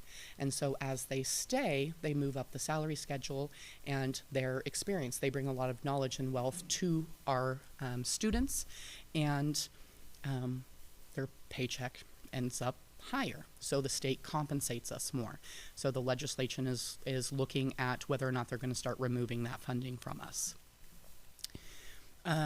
We look at our decreasing poverty percentage, which is good. So overall, our poverty percentage in this district, as of right now, has dropped from about 22% down to 18%. So we are considered a low poverty district, but when you're considered a low poverty district, you get less state and federal funding. And so we have to go elsewhere for our financial needs. And then the last factor, particularly this year, is our lost enrollment over the COVID period. Because we're capped at a per pupil amount, and because we're primarily funded based upon student FTE, when our enrollment decreases, so does our state and federal funds. And so we have to factor all of that in. So rising cost. We have some areas here where we've seen significant increased costs just over the last few years that I was even looking at for trend comparisons. So safety and security. The district has invested quite a bit of money over the last few years into safety and security, doing camera upgrades in buildings, doing the keyless entry into buildings so that they're secure, and we don't just have public walking into doors or into the building, and bus, that we did some bus enhancements, radio enhancements as well, and that all hit here within the last 3 years. And so our overall safety and security costs from 2018-19 to 21-22 has increased 200%. District technology has also significantly increased. If you think about the COVID time period, there was a lot of inflationary factors just with supply and demand, getting the chips, which impacted the price of every device purchased. But in addition to that, the district has also seen the need and the value in providing better equipped devices to both students and staff. If we're getting the lowest end Chromebook, they don't last as long, and they can't do everything that we need our students to be able to do to be successful as they move up their grade levels through school. So that does increase the overall cost for technology, and it increased by about 92% from school year 18-19 to 21-22. Insurance. When we say insurance, this is liability insurance. Just like any business, a district needs to have liability insurance. Now, especially over the last few years, the reinsurance market has become extremely expensive. So we do belong to a pool or a co-op, but for that co-op to go out and basically hedge the liability, it has become more expensive on their end, and then those costs pass down through the pool. So this isn't necessarily stating that our insurance is more expensive because we've had issues. The insurance is more expensive because it's more expensive to purchase the insurance on the market and to hedge those liabilities. So we've seen about a 25% increase. Now what I will state is that is the increase from 18-19 to 21-22. We also saw a 9% increase from 21-22 to 22-23. That's not reflected in that 25% number. Curriculum has become much more expensive, and we've seen about a 96% increase. Curriculum is going digital. There's subscription costs, but it's not just a one-time fee like if we purchased a bunch of textbooks and now we just get to pass them on to the future kids as they come up the grade levels. These are reoccurring costs. So each year we have to pay for access to the sites, access to the materials, and that increase our costs. There's a lot of benefits to online curriculum because it can be accessed everywhere, but it is more costly. And then utilities. We all know that utilities increase. We added 2 new schools, and that does drive increases. And on the utility side, we're talking not everything from electricity to sewer, fuel, everything. Okay, so we've seen about a 15% increase within that time period. Okay, so levy spending plans, when the legislative body, they changed how we could utilize our EP&O levy funds. They have now marked it that we can only utilize it for enrichment activities. Enrichment activities, technically they're considered anything either not funded or underfunded by the state. There's a slew of things that are not funded and underfunded by the state, so we have no issue spending it on the enrichment activities. In reality, the state considers like paraeducators in a general ed classroom an enrichment activity. It's not considered a basic education need. The state does not feel that ensuring that we have an appropriate amount of counselors in a low poverty district is considered a basic education need. And so we fund 11 more counselors than what the state actually funds us for. Nursing. You know, we have many more nurses than what the state funds, but we feel that giving a school just an hour of nursing time a week isn't really going to cut it. So those are items that technically then would be considered enrichment by the state. So EP&O levy spending plan categories. So the spending plan categories have been the same since the state changed to these enrichment levies. So these categories include staffing over the state FTE. So 54% of our levy funding for EP&O that comes in goes to staffing over what is provided. I think one of the examples I used last time is for our middle schools, we're funded for 50 teachers, but we have 4. We would not be able to provide a comprehensive education to middle school students with simply 50 teachers total. So we have to have more, and then that is considered enrichment, and it would come from the levy. Professional development for our staff to ensure that, you know, they're learning the new curriculum, they have all the skills needed in order to provide the best and most innovative education possible for our students. That also comes from the levy at about 10% of our total levy funds. You're going to see safety and security at 2%, but you'll see why here in a bit. But safety and security, so an EP&O levy can pay for people, whereas safety security tech levies can't pay for people.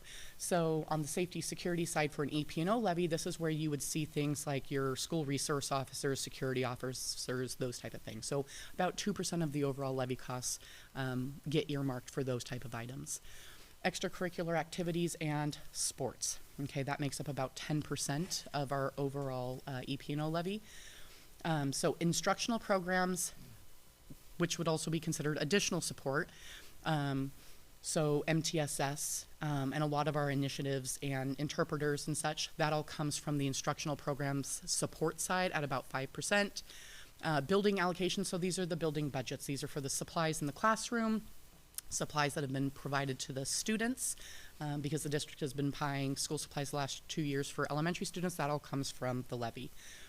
Our replacement cycles that focus on sustainability for like lunchroom tables, the furniture in the classrooms, offices, equipment, trucks, vans, because we do have a vehicle fleet for maintenance, custodial, grounds, garbage bins, technology devices and systems that would not be able to be purchased with an SS&T levy, and curriculum adoptions would come through this at about 10%.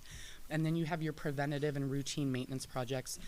This is roof patching, carpets, patching of the walls if there's a hole, anything like that, it would come from EP&O. Ashley, can you do me, I know the board is very familiar with this, as is most of the district staff that's in the room and most of our community, but for the benefit of the student reps, can you just high level quick, in case, because they don't come to every single meeting, maybe they miss one of these, can you just let them know why the district has to have an EP&O levy and why it's so important that we pass it? Just 2 minutes.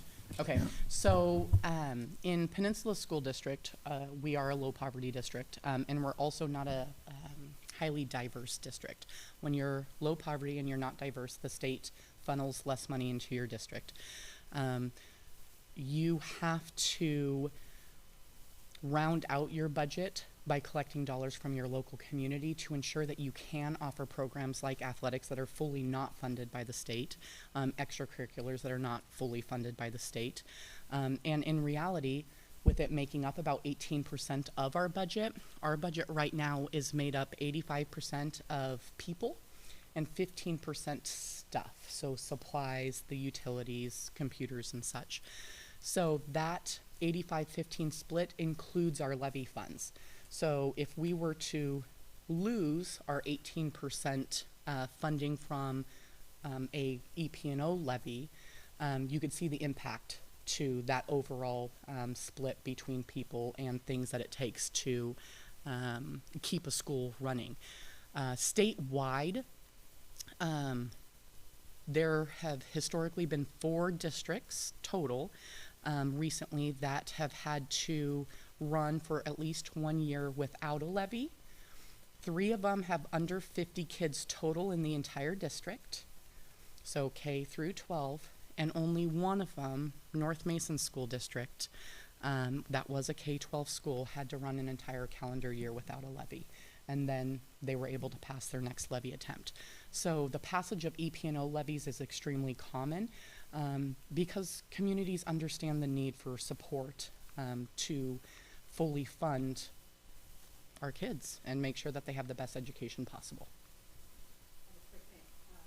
I don't know, I'm gonna kind of channel my husband here, because he's grew up here, and he was, went to Peninsula High School back in the dark ages of the 80s. But I think there's quite a few people here, and I think maybe Chris Hagel was here. We actually had 2 levy cycles in a row in the 90s where we did not pass EP&O levies, and everything was cut. There were no extracurriculars, there were no sports, there was no nothing, and it was really challenging. And in many ways, from what I've learned from my husband and his family and all of that, I mean, it takes many, many, many, many years to recover when you lose upwards of 18% of your budget. And probably more important than losing those dollars is, like, imagine, you know, losing those experiences and those opportunities for those students, because it's real and it's immediate if we aren't able to secure this funding. But so, you know, that's always kind of the thing that I come back to. I think, oh my gosh, like, can you imagine? Like, all of a sudden gone. Yeah. So. Well, and it is difficult because when the state here 6 years ago was sort of changing the model of how districts were going to be funded, they pushed out this messaging that school districts were now fully funded, that they've solved the funding crisis for school districts. And they hit that message hard. But when we bring up things like, hey, this elementary school's only gonna get 1 hour of nursing for an entire week, or this elementary school is only going to get half of a principal, no assistant principal, so the rest of the week there is no administrator on site. And it's like, best of luck to you. That doesn't work. That's not fully funded. And so they didn't really hit the mark when they said that they fully funded school districts. But in a district like Peninsula School District, it hits us even harder because we can't go out there and get the state and federal funds that other districts can to be able to fill that gap. It's also interesting to contemplate that we added 2 new elementary schools, as you mentioned, and most funding is collected per student, and we filled those schools with existing students because we were so overcrowded. So that's, you know, something that isn't considered a lot. Correct. It doesn't drive in any additional funding, but it does increase our operational costs. So you still need a principal for the school, you still need utilities, you have to do all of that. So, but it's what's in the best interest of kids. So, okay, so a little bit more information on the replacement educational programs and operation levy. So the district is recommending for board discussion for EP&O a February 14th special election for a duration of 3 years. Levy, and again, this is taking into consideration the decreased levy ask. So what we're asking for would be for calendar years 24, 25, and 26. It would start at 27 million, which is technically lower than where we're at now, and you're going to see that in a future slide, but it's because we're capped. We can't collect anymore, so why put it on the ballot? In 2025, it would be for just over 28 million, and in 2026, it would be just over 29 million. That estimated tax rate, because of increased property values, would be decreasing. So it would start somewhere around $1.13, and again, this is forecasting out, and then it would be $1.12 and then $1.11 in 2026. Okay, so for comparisons, Pierce County School District's total tax rates, and we looked at this a bit during the last presentation, but we're all the way off on the right-hand side, where you see us like right below the $2 or right at the $2 threshold. That's Peninsula School District and what we collect from our taxpayers. So you can see that other than Ording, which is right there with us, the rest of our Pierce County school districts are, in some cases, more than double what we're collecting from our community. Now, that is a combination of your educational programs and operation levy, a capital projects levy, and capital projects. So technically, in the legislative world, there's no such thing as a safety, security, and technology levy. They call it a capital levy. But a capital levy can be used for safety, security, and technology. So we call it safety, security, and technology, but those funds are driven directly through the capital projects fund, not through the general fund. So they're earmarked and can only be spent on safety, security, and technology. So all of the little blues that you're seeing in the middle, those are the districts that currently have these capital levies passed within Pierce County. So these are comparisons of districts that are similar to our assessed value. So our overall property assessed value for Peninsula School District, you're going to see that we're off to the far right. And those are all districts that own the same value of property within their school district. So you can see that there's one other district lower than us, and it's Mercer Island. Now you can see that Mercer Island does have a capital levy approved. What I do want to point out about Mercer Island is that they have a total of 4 elementary schools. We have 10. They have 1 middle school, 1 high school. So they are much smaller than we are. And yes, they are collecting less. But again, those dollars have to go less places. Okay, so additional consideration that we're bringing forward for Peninsula School District is having that set aside safety, security, and technology capital levy. So this levy will allow us to begin sustainable funding models. So one of the things that you could see in the earlier side was the increased costs for providing safety and security and providing technology that meets our kids' needs. It's increasing, and it's increasing quickly. And so having dedicated funding that we know we can budget for and be able to ensure that we're on these sustainable replacement cycles is key and needed.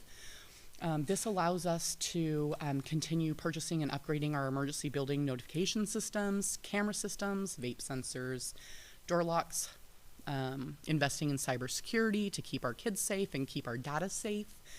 It allows us to do capital improvements to facilities not considered preventative or routine repairs that enhance safety and security.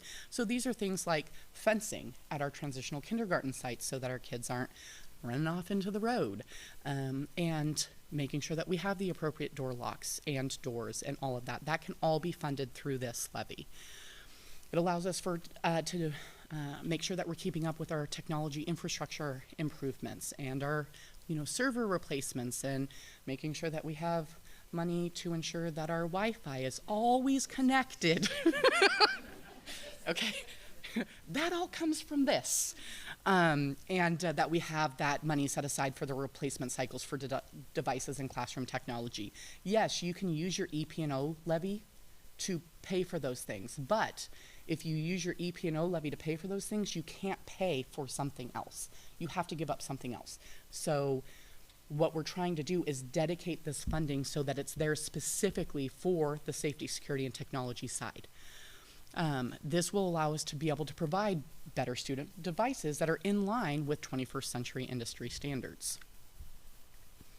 So, safety, security, and technology levy spending plan categories. So first off, you have safety, security, capital improvements. That would make up about 31.5% of the overall levy funds being received. This goes for things like the emergency preparedness system, safety and security projects, air quality, HVAC systems, fencing, emergency building notification systems, security cameras, access control detection systems, cybersecurity, that's just to name a few.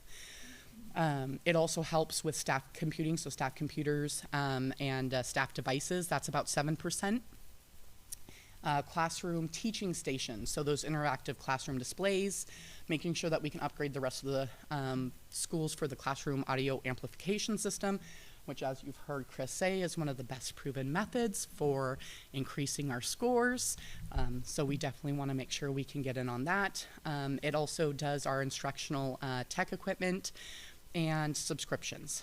As you heard earlier, these subscriptions, they're definitely getting a number on schools. So support systems, that makes up about 14.5%, and a lot of these are there are subscription costs. So this is our student information systems, our fiscal and, well, it says pretend there's an N right there, fiscal and business support systems, and our academic support systems. So these are those areas where, you know, kids are logging in to do their schoolwork. There's a cost associated with that. We can pay for that through this levy.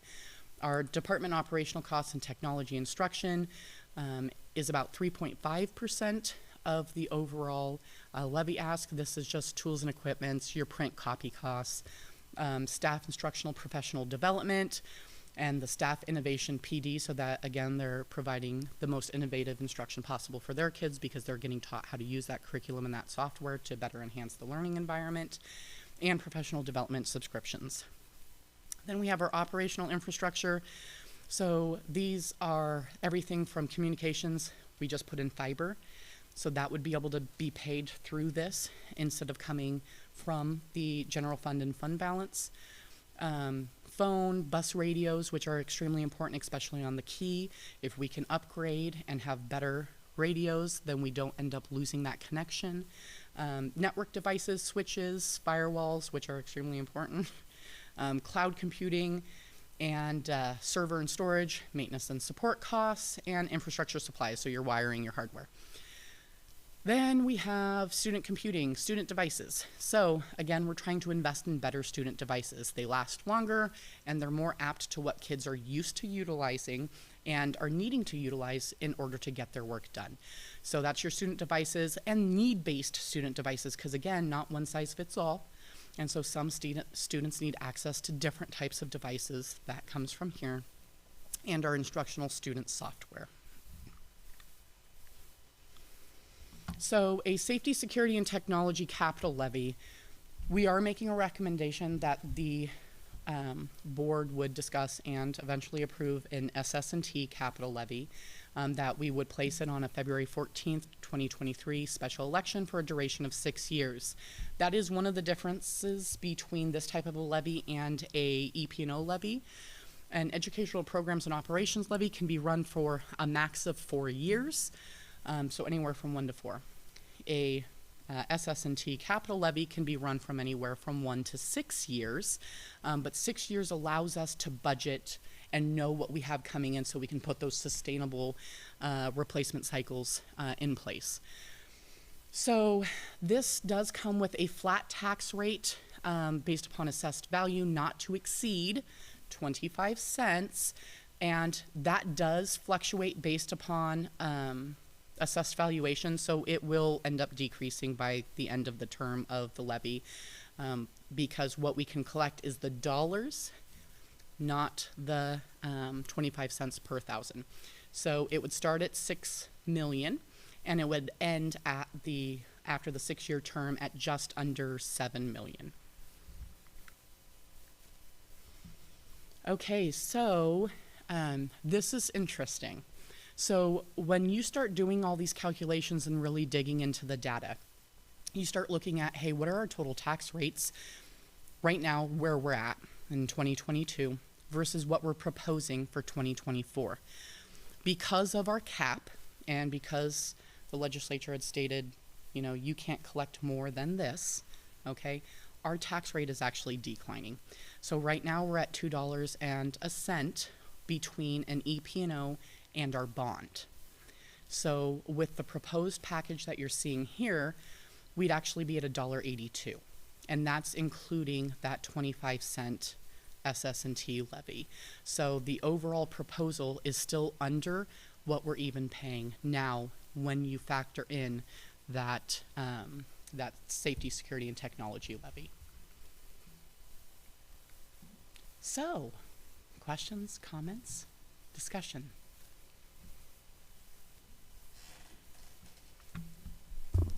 Well, thank you so much again for the great presentation and some of the new comparisons. I appreciated that we didn't see before. Does anyone have a question? Or The obvious one, does this include doors at Discovery?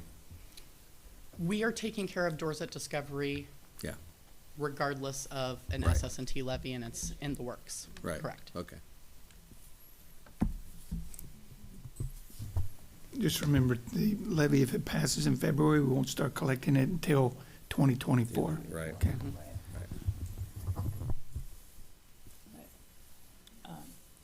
Just a quick comment. I really appreciate how thorough this presentation was. It's like a lot of it we heard 2 weeks ago, but it's like we say the same stuff and I kind of learn a new piece because this is so complex. And so I guess I'll start by just thanking you for the time that you've taken to explain this thoroughly. You know, I'm sure you've had to answer the same question from me 3 or 4 times. So thank you for your patience. But I think it's just, you know, just kind of reflecting on all of this out, kind of separating from the dollars and cents about how much of education and really life as we know it is converging on, and particularly safety and security really is hinging on technology, right? And even just talking about how so much of our curriculum, right? Like you almost can't separate the two, Not right? anymore. Yeah, and it has the opportunity to be extremely powerful, right? Like we have things built into current curriculum, like the ability to have the whole thing translated, like right at the drop of a hat that we never had before. Conversely, a lot of this stuff is more expensive, and it is subscription-based and all of the things that you went into. So I appreciate, you know, as you pointed out, that this is, for the world we are in now with education and with learning, to really dedicate this funding for those things so that they are not, that are fixed costs regardless of where our enrollment takes us. Correct. That we need to be providing. And as a board, our goals of, you know, safety, security, and tech, I mean, that is priority. So I think it's a really smart plan and really makes a lot of fiscal sense too. So thanks for all your work. I know we've.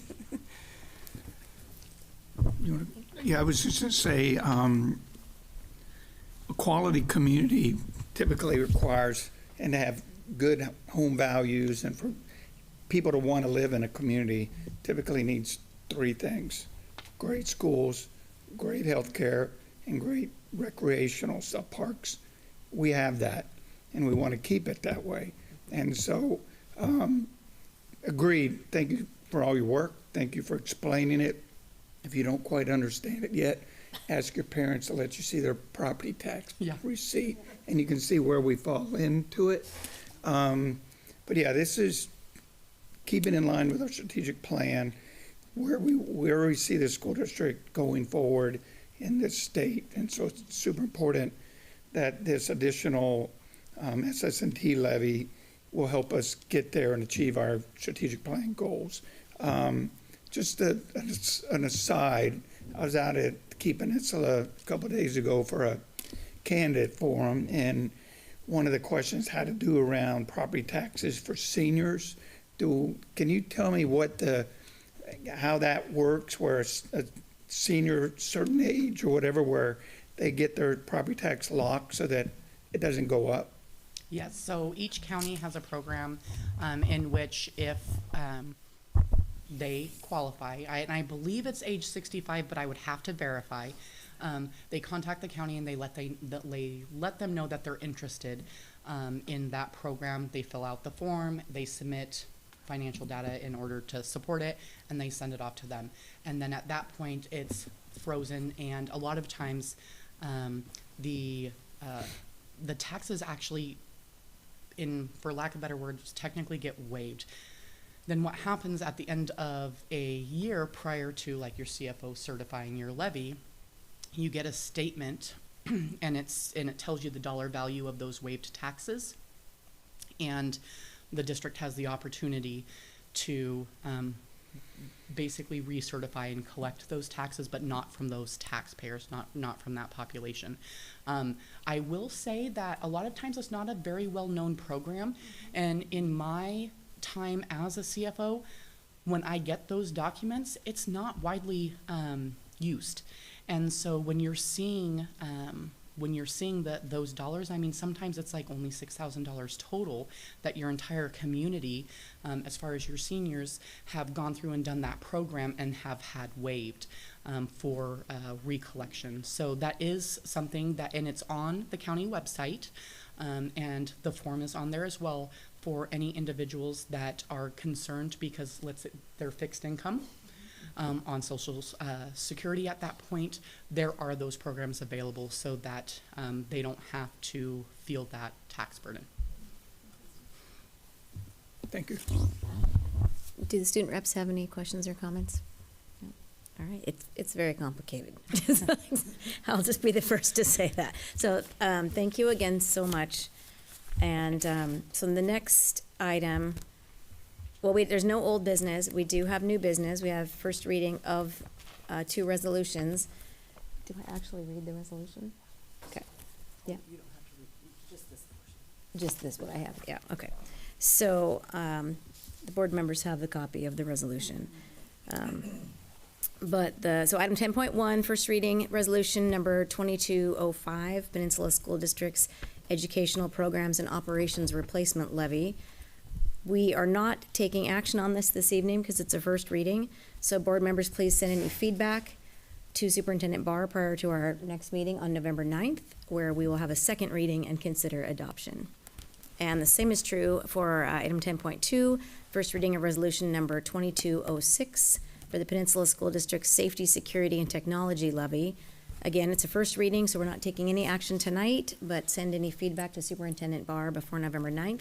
And we will have a second reading and consider adoption at that time. Thank you. Next is our superintendent's report. All right, thank you. Thank you for a very good evening. I want to thank my staff for very thorough review and very slides that were easily understood. And so I think that that's really important with really complex information. And so it's great to have students sitting in front of us, because many times when we speak education speak, we need to make it really, really simple, right? Because it is pretty complex and it's very important for the efficacy of our school system. So in front of you are pumpkins. And so this is really allowing me to say, to tell you that we are going into our time of gratitude. This is the season of harvest. Maybe we'll have rain and get rid of some of this horrible smoke. We did have to cancel some athletic events. Dan and I have been like on speed dial with each other. So we are sorry about some of those items, but we really needed to keep you safe. I don't know, my grandchildren are up in Snoqualmie Valley, and they were saying it was 400 up there. Here it was in the high 185, so I don't think we've ever seen that in October. But this is the season of gratitude, and with that, I just wanted to start off with saying that these books are here for a reason. We are kicking off, and have kicked off, soft kicked off, but our Peninsula Reads efforts. So students, you have in front of you, I think you had an opportunity to select books. So I'd like you to start us off. And any of the board members can also talk about their books, but I thought it would be great for the students to talk about why did you select this book from your childhood, and or if you didn't have an opportunity, you can just make one up because I put some in front of you if you'd like. If you just take a couple minutes and tell us why you selected that book.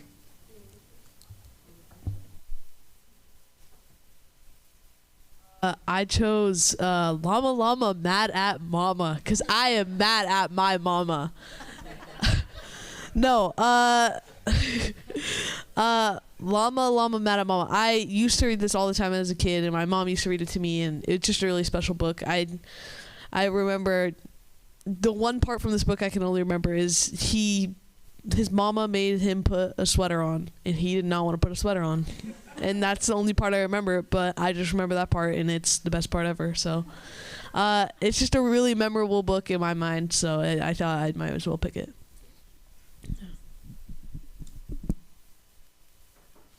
The book that I really wanted was not in the library upstairs, but that's okay. I'm going to talk about it anyway. So that book, this one is also a good book that I also read as a kid. But the book that I really wanted is called Hooray for Diff and Doofer Day. And it's a Dr. Seuss book, and it's about this school, and I thought it was appropriate because it's about this school, and their district is like up for these tests, and this school that they all go to is like different and quirky and has all different kinds of teachers and students, and they're up against this super preppy, like black and white, like, you know, dreary school. And so it's them having to show their differences and how that makes them excel. And I genuinely think I checked it out of my elementary school library over 50 times. I like knew the section that it was in, and I would check it out all the time. Anyways, but so I just love that book. But this one's also good, and I love the art in it about the caterpillar. So I did not have opportunity to choose a book, but I do see a childhood book over there of mine to give a mouse a cookie. And I feel like it wasn't necessarily a favorite book of mine, but it was a book I could relate to, according to family members. Because they would call me the little mouse who wanted a cookie, because whenever they'd give me a cookie, I'd ask for something else, and then another thing, and then another thing. Luckily, I've grown out of that. I'd hope I did. But it's definitely one that I relate to, and sometimes at family gatherings, they call me a little mouse, and I have to death stare them across the table. So, that's my book. I love the fact that we have student voice on this, because reading and literacy is so, so important, and it just touches, like, from very, very small children. It's one of the first things that parents do with children, or really should really be paying attention to that building language, but also it builds connection. Like, you know, you all talked about your families and what it made you feel. And so thank you for sharing that. Board members, does anybody want to share their book? Is anyone brave? I will, okay, but someone who can't do the assignment, bring one book, and I couldn't pick one. I have four of my favorites, but Dr. Seuss's The Sleep Book, I don't know. I used to read this to my kids, and for all you parents of young babies, it actually, it works. This puts kids to sleep, and that might have been why I loved it so much. But I love Dr. Seuss and his rhyme and his structure and cadence and all that. But for the older books, anything Judy Blume, particularly Tales of a Fourth Grade Nothing and that series, where I'm actually missing that one. I had the other three here, but it's lost somewhere in my home because my kids also loved it. So I was combing through bedrooms today trying to find them all. And I love that there's a book lost because it's probably been loved and read and left somewhere under a bed. Yeah, that's it. Anyone else? I grabbed this book because it was handy, but if you squint your eyes so very tight and look with all your might, you will see a land of more than small, and in this land are bugs, that's all. It's a series of books by Stephen Cosgrove. They're great. They're about life lessons, and they're no longer in print. so you have to buy the old ones. My son has all of them for the grandkids, so couldn't bring one tonight. But those were my favorite books, talking about the bugs. And Katie did, and Junebug, and all the others. I remember them well. I read them over and over and over again because the kids loved them.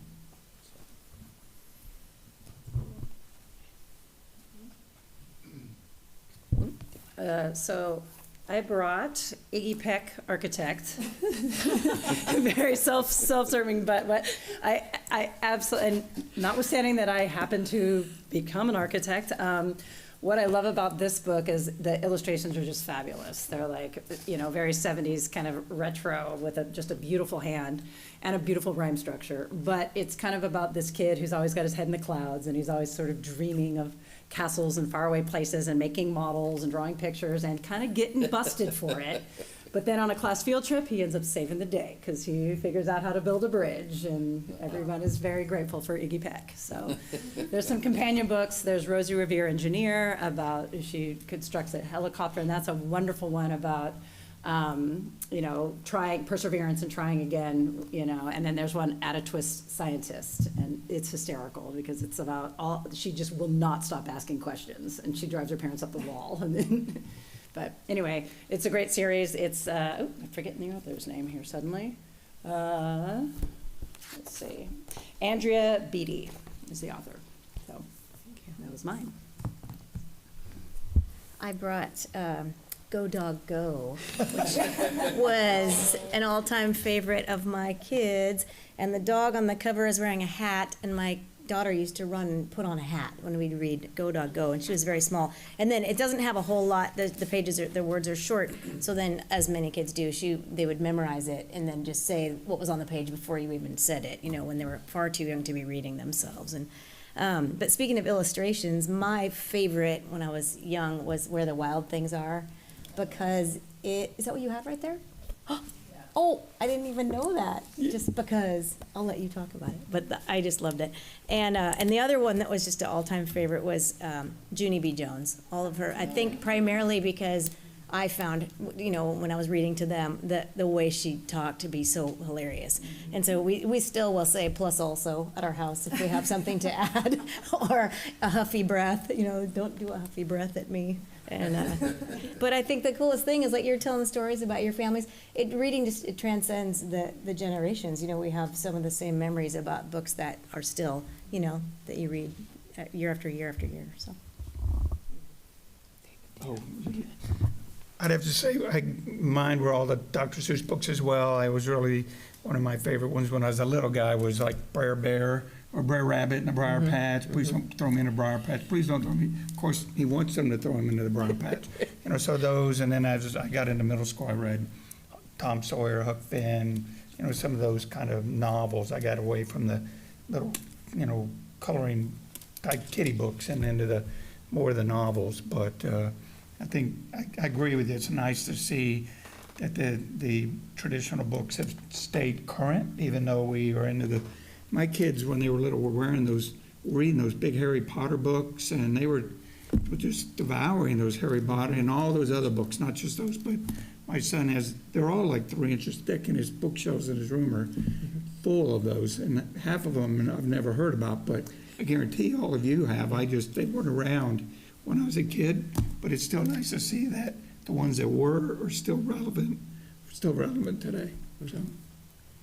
Well, thank you for sharing, and thank you for taking the time to do that, because that's really what this entire year is about. It's really about celebrating the written word and writing, and what could we do as a community? Because just listening to the grown-ups and actually students, high school students, my wondering is, what would it be if you went into a kindergarten class, or like you were talking about Discovery? What would it be if you went in, this is my favorite book.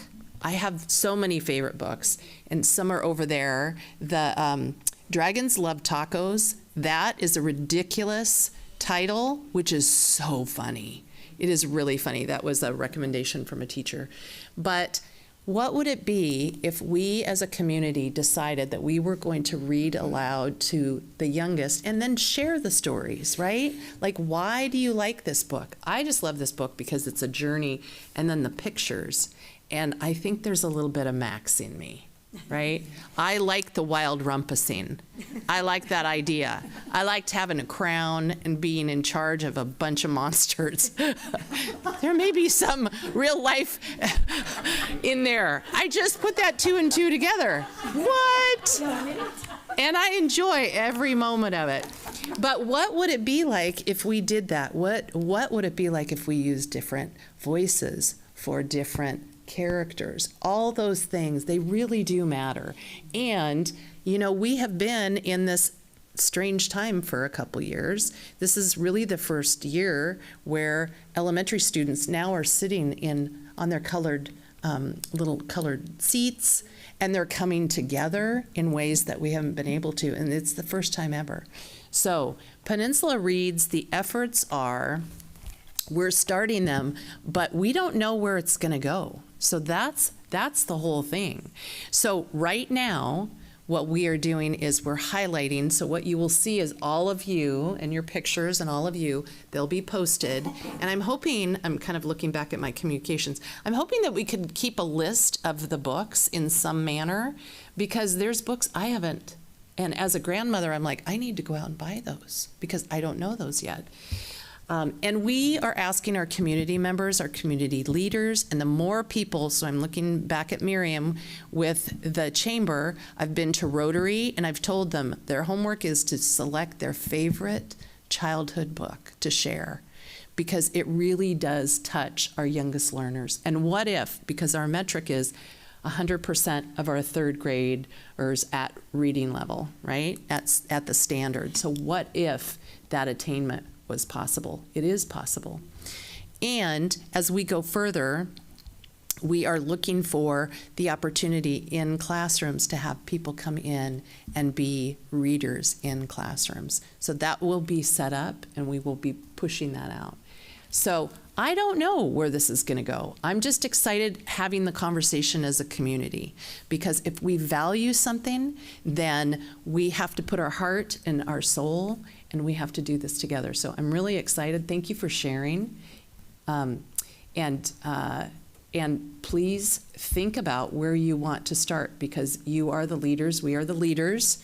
So I'd like us all to be thinking about, where would you like to go and read? Is there a specific classroom?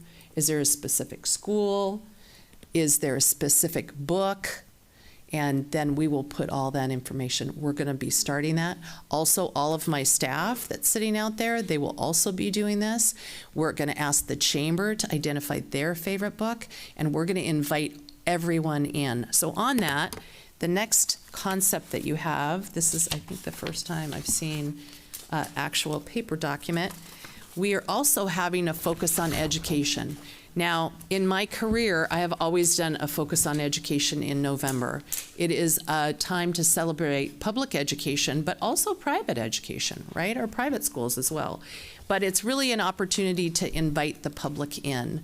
So I understand that this is the first time we'll be doing it in Peninsula School District formally, but every November we will have a focus on education. So this is our first attempt. And I have had so many members of the community ask about our schools. And so we have identified our community tours this year. There will be 4 of them, and you can see they're Artondale, Pioneer Elementary, Swiftwater, and Evergreen. And all tours start at 9:30. It will be posted and shared information. And we don't know how many people will come. There could be up to 100 people. There could be down to 10. I have done this my entire probably decade of being a superintendent. We have toured farms. We had a farm program in my previous district. We did a STEM focus, right? A focus on education. We did art or a STEAM. But so every year you can expect that we will be doing something, a focus on education. So I hope that the community gets excited about this and gives us ideas of what they might want to see. We didn't put in here to combine Focus on Education with our Peninsula Reads, but that may be something that the individual principals have designed. Okay, any questions on that? You guys have any I questions? have one. Yes. Like when I was in the military years ago, and I was a community service coordinator for the base, and I recruited military volunteers to go to the various schools and read to students. So I had to provide a list of the schools of who would be coming to read, and they had to get a badge and pass Yes. background. So if members of our community want to come and participate in this, what do they have to do to get into the schools? Do they have to do a background check? Do they show up? How do they volunteer to get into the school? I'm going to ask that Amy and Lisa come up to the podium. Come on up. They're the masterminds. Yeah, I have a badge. And the logistics. Yeah. Well, Lisa and I are sort of spearheading this program for the district, and we are planning on having a Google form that people will sign into and tell us where they want to read and what days they're available. So we'll be able to get their information and share that with the schools. So we don't have the whole plan yet about the community outreach, but that's our first thinking. Go ahead. Is it not on? Oh, it's not on. Didn't hear any of that. Where's this? Not as good. Oh. It's on. It's on now. I think it's on now. Okay. So we were also thinking about inviting specific people like VIPs, like we might think about, I don't know, our mayor, or if there's someone famous in the community. So if you know of anybody, send them to me, and I can make that invitation. So it'd be fun to see who we can get to go read at our school. So we will have further communication that will be pushed out through various channels, and they will be going through a specific person, and they will be. Now, we are not requiring volunteer format. This is just a visitor. This is just a visitor. Right? Correct. So all of the volunteer Right. requirements are not. No. It's just a visitor. It's just a visitor. They'll get a visitor badge. They'll be escorted. They won't be alone with students, which is the Right. difference between a volunteer or a visitor and a volunteer, right? Correct. And we wonder how many authors, like published authors, we have in the area. We also wonder, maybe towards the spring, could we do a writing and some kind of book collection? I know some of the teachers, especially, I know I've spoken with one high school teacher that is having students put together a book anyway. And so as we get going, things will grow and grow, but it would be wonderful to have published authors of students in our district. We have Maycomer that lives in our school district. One of our teachers. Yeah. 2 novels under her belt. That's wonderful. So we want to highlight that. So the more we know, the more we can grow and we can highlight. So can I just say, because we're really excited about this, Lisa and I have been working together and brainstorming and talking with people in our district and in the community to come up with these ideas to do month-long Peninsula Reads kind of campaigns, and then also a whole school year-wide campaign. And so Lisa's going to talk a little bit about one that we're really excited to share. Before I do that, we also want to connect the things that are already happening, because schools are doing a lot of things around reading. Like you mentioned, someone mentioned Vaughn doing the readathon, and Abby's been in contact with us. How do we make this connected to Peninsula Reads? So that's really important that we're highlighting the things that are already happening, not just creating new things as well. The one really exciting thing, it was after a meeting that we had with the chamber. Someone reached out to us, or maybe Miriam, you mentioned it at a meeting. Someone from Penn Light reached out to us and said, hey, I think I have an idea about how, because Amy and I would love the idea of the entire community reading 1 million minutes this year. And so we were like, who has an app? What could we do?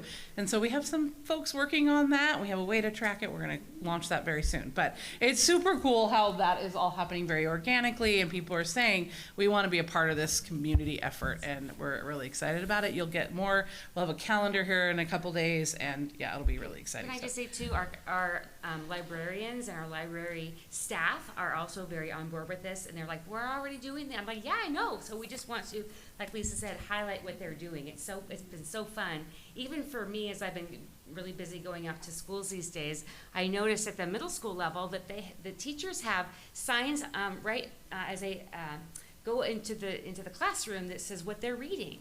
Every teacher has that, and I had never picked up on that before. So I'm like, oh, this is something that we can highlight as Peninsula Reads. Thank you both. All right, our transitional kindergarten. I'm letting Lisa sit down. Starts November 1st, the day after Halloween. That was smart. So excited for that. Our outdoor transitional kindergarten will also be starting, and so we will be posting information.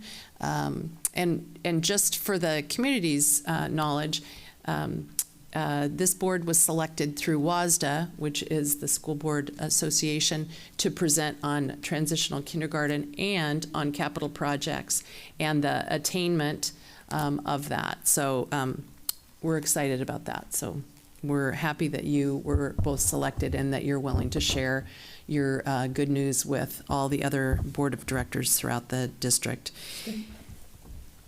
State, the entire state. Conferences are next week.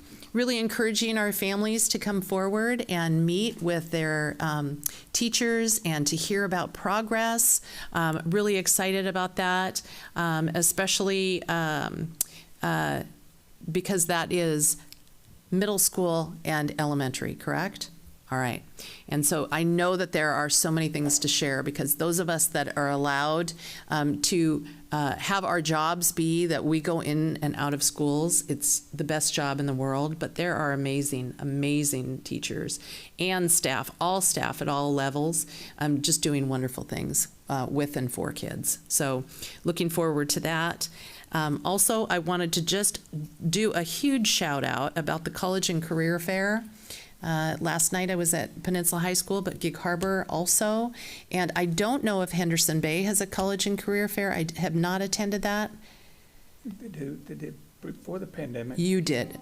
Okay, and I will be at that one too, but I was just very impressed with the, all of the they're not vendors, all of the organizations that were there, from military to universities to trade schools to just service organizations, all of that, pretty exciting. And then lastly, we do have many new groups that are starting as per our strategic plan. As mentioned, our faith leaders will be having our initial meeting with that. Our special education parent advisory committee and other groups are starting meeting.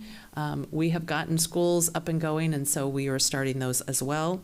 But I'm most excited about the Student Superintendent Advisory Group coming out to all 3 high schools, and I'm assuming that all of you are on those. So making sure that you know that I'll be coming out and asking questions and really listening to you. It'll be a conversation.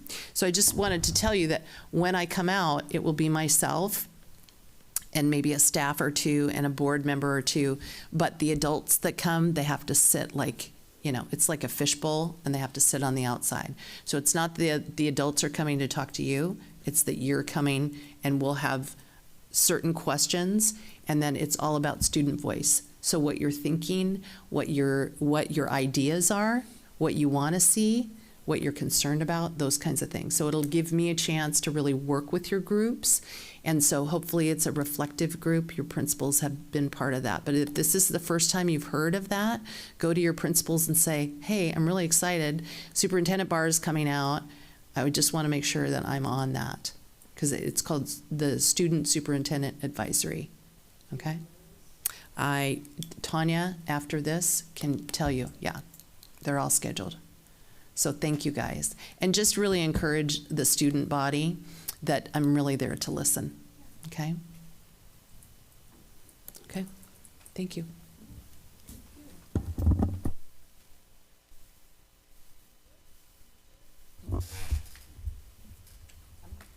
Got nothing? I'll be quick. I have to mention in Go Dog Go, it's a favorite of my kids. So a funny story. This is my comment, because as a parent, you always have embarrassing moments with your children, but there's a page in there where it shows pictures of dogs working, and they're using a jackhammer breaking up a sidewalk, and it says, "Work dogs work." Well, I was at the park with my son, who noticed some guys breaking up the sidewalk with a jackhammer, and he pointed at them, and he said, "Work dogs work." So then you go into the explanation about he's not calling you a dog, he's quoting a book, but it was just one of the most awkward conversations I've had with a stranger. But I will always remember work dog. We say work dogs work every time we see a jackhammer. And I wanted to thank you for the Peninsula Reads, everyone who's working on it, because I think we have all really talked tonight about how special reading is and what memories it makes with our families, and you go to these special places with these novels, and it changes who you are as a person, and it's a magical experience. And through talking about this, there's a hard part to this conversation, and we know and we want to acknowledge that not everybody has that love of reading, not everybody has that strength, and we know we have families and students who struggle with that. And I think I can speak for all of us and say that we are very appreciative of having families bring us that information and bring that to our attention and allowing us an opportunity to work with those students. Because in our vision, the most important words to me are every child, every day. And when we talk about reading and developing these relationships and forming these memories, every child, every day means exactly that. And so we will find a way to meet our goals, and we are committed to every child, every day. And then I want to just mention two other things quickly. I had an opportunity to attend our first multifamily advisory meeting that we held the other night, and we had one family show up, and I think that's a success. And I want to give a shout out to Chris Hagel, because part of the format was to go over question and answers. What's going on in the district that you need help with? Do you have a question about something? And we were talking about getting information about busing, which came up at our meeting last week, and I said, well, as I understand it, you should be getting this information from your school. And she said, I do, I get emails on Power School, it's hard for me to understand it. And so I said, well, give me your phone, let's take a look at it. And we moved it into Spanish, so we transitioned it from English to Spanish. And Chris, I have to tell you, in that moment, there were actual tears of relief and excitement. That, because the question that she had, that she brought to that meeting, was answered in the email that she had received that she just really struggled understanding. So that was a huge win. And another thing I hear from these families is that when they communicate with the schools, they're very concerned with how they sound and how they present themselves in English, and there's a big struggle to, as they say, not sound stupid. And I said, you can write in Spanish, and when you hit send, it sends in English again. Tears of gratitude. So when we're talking about technology that impacts across the board, this was a huge one, and it was just a huge win and such a great moment to be there and experience that evening. And I wanted you to know that it's working for our families. Same goes for the website. Then we pulled up the website, and I showed her the globe and how you can do everything. Who are you pointing to? Amy, okay, you're included in this too. Yeah, it's working. And Vanessa was there with me, and she didn't know either that we had this. And so this is something that will now be incorporated to how she communicates with our multilingual families. So I will stop with that, because I think that's a good win. Next. Thank you. David? Yeah, thank you. Sort of in line with what Natalie said, had the opportunity a couple nights ago to attend a dyslexia parent group at the library, and it was quite eye-opening that people in that room that had attended the Peninsula School District when they were kids, and now they're parents, and they're still seeing some of the same, or they at least up until recently have been seeing some of the same issues that they saw when they were children, and they've lived it. Now their children have dyslexia, and so this reading and everything we heard about tonight, exactly what Natalie said, every kid matters, and that, if we're going to be talking about reading, we need to make sure that we have people that can read to those children. 20% of our school district, based on data, 20% of our students have dyslexia, and we need to make sure.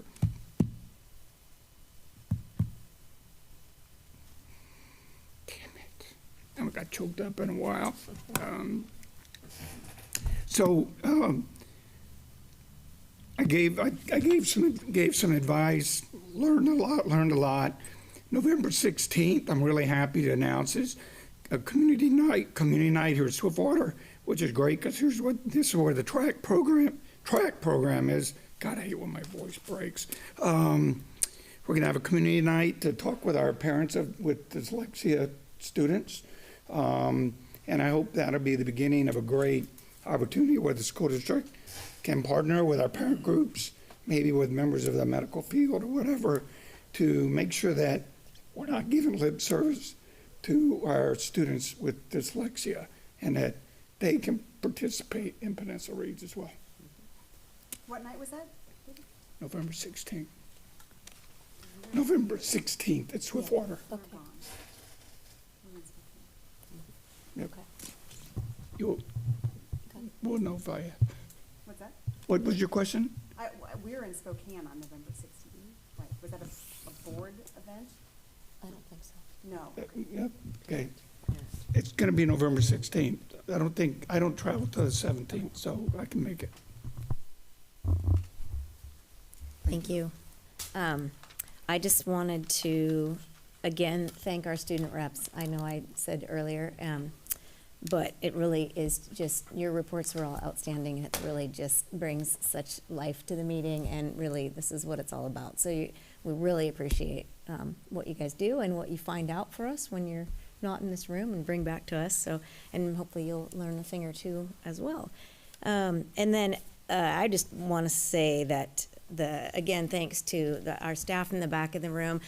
I enjoyed, Dan, your presentation. It's fun. I think I can speak for the whole board. This was the feeling I had when you were talking, to see the strategic plan really come to life when it has these metrics attached to it and different, we just talked in concept, like belonging and, accelerating and those kinds of things. And then to see, we're going to do this in this way by this day, and, or these are the goals. It's just, and every single one of you has a different piece that you're working hard on, and just really so much gratitude and excitement for what lies ahead for the district. So that is all I have. Our next meeting is Wednesday, November 9th, which I'd like to point out is a Wednesday, because it is, Thursday is the eve of the 3-day weekend. So Wednesday, November 9th, and if there's nothing further, all right, meeting is adjourned at 8:28. Thank you.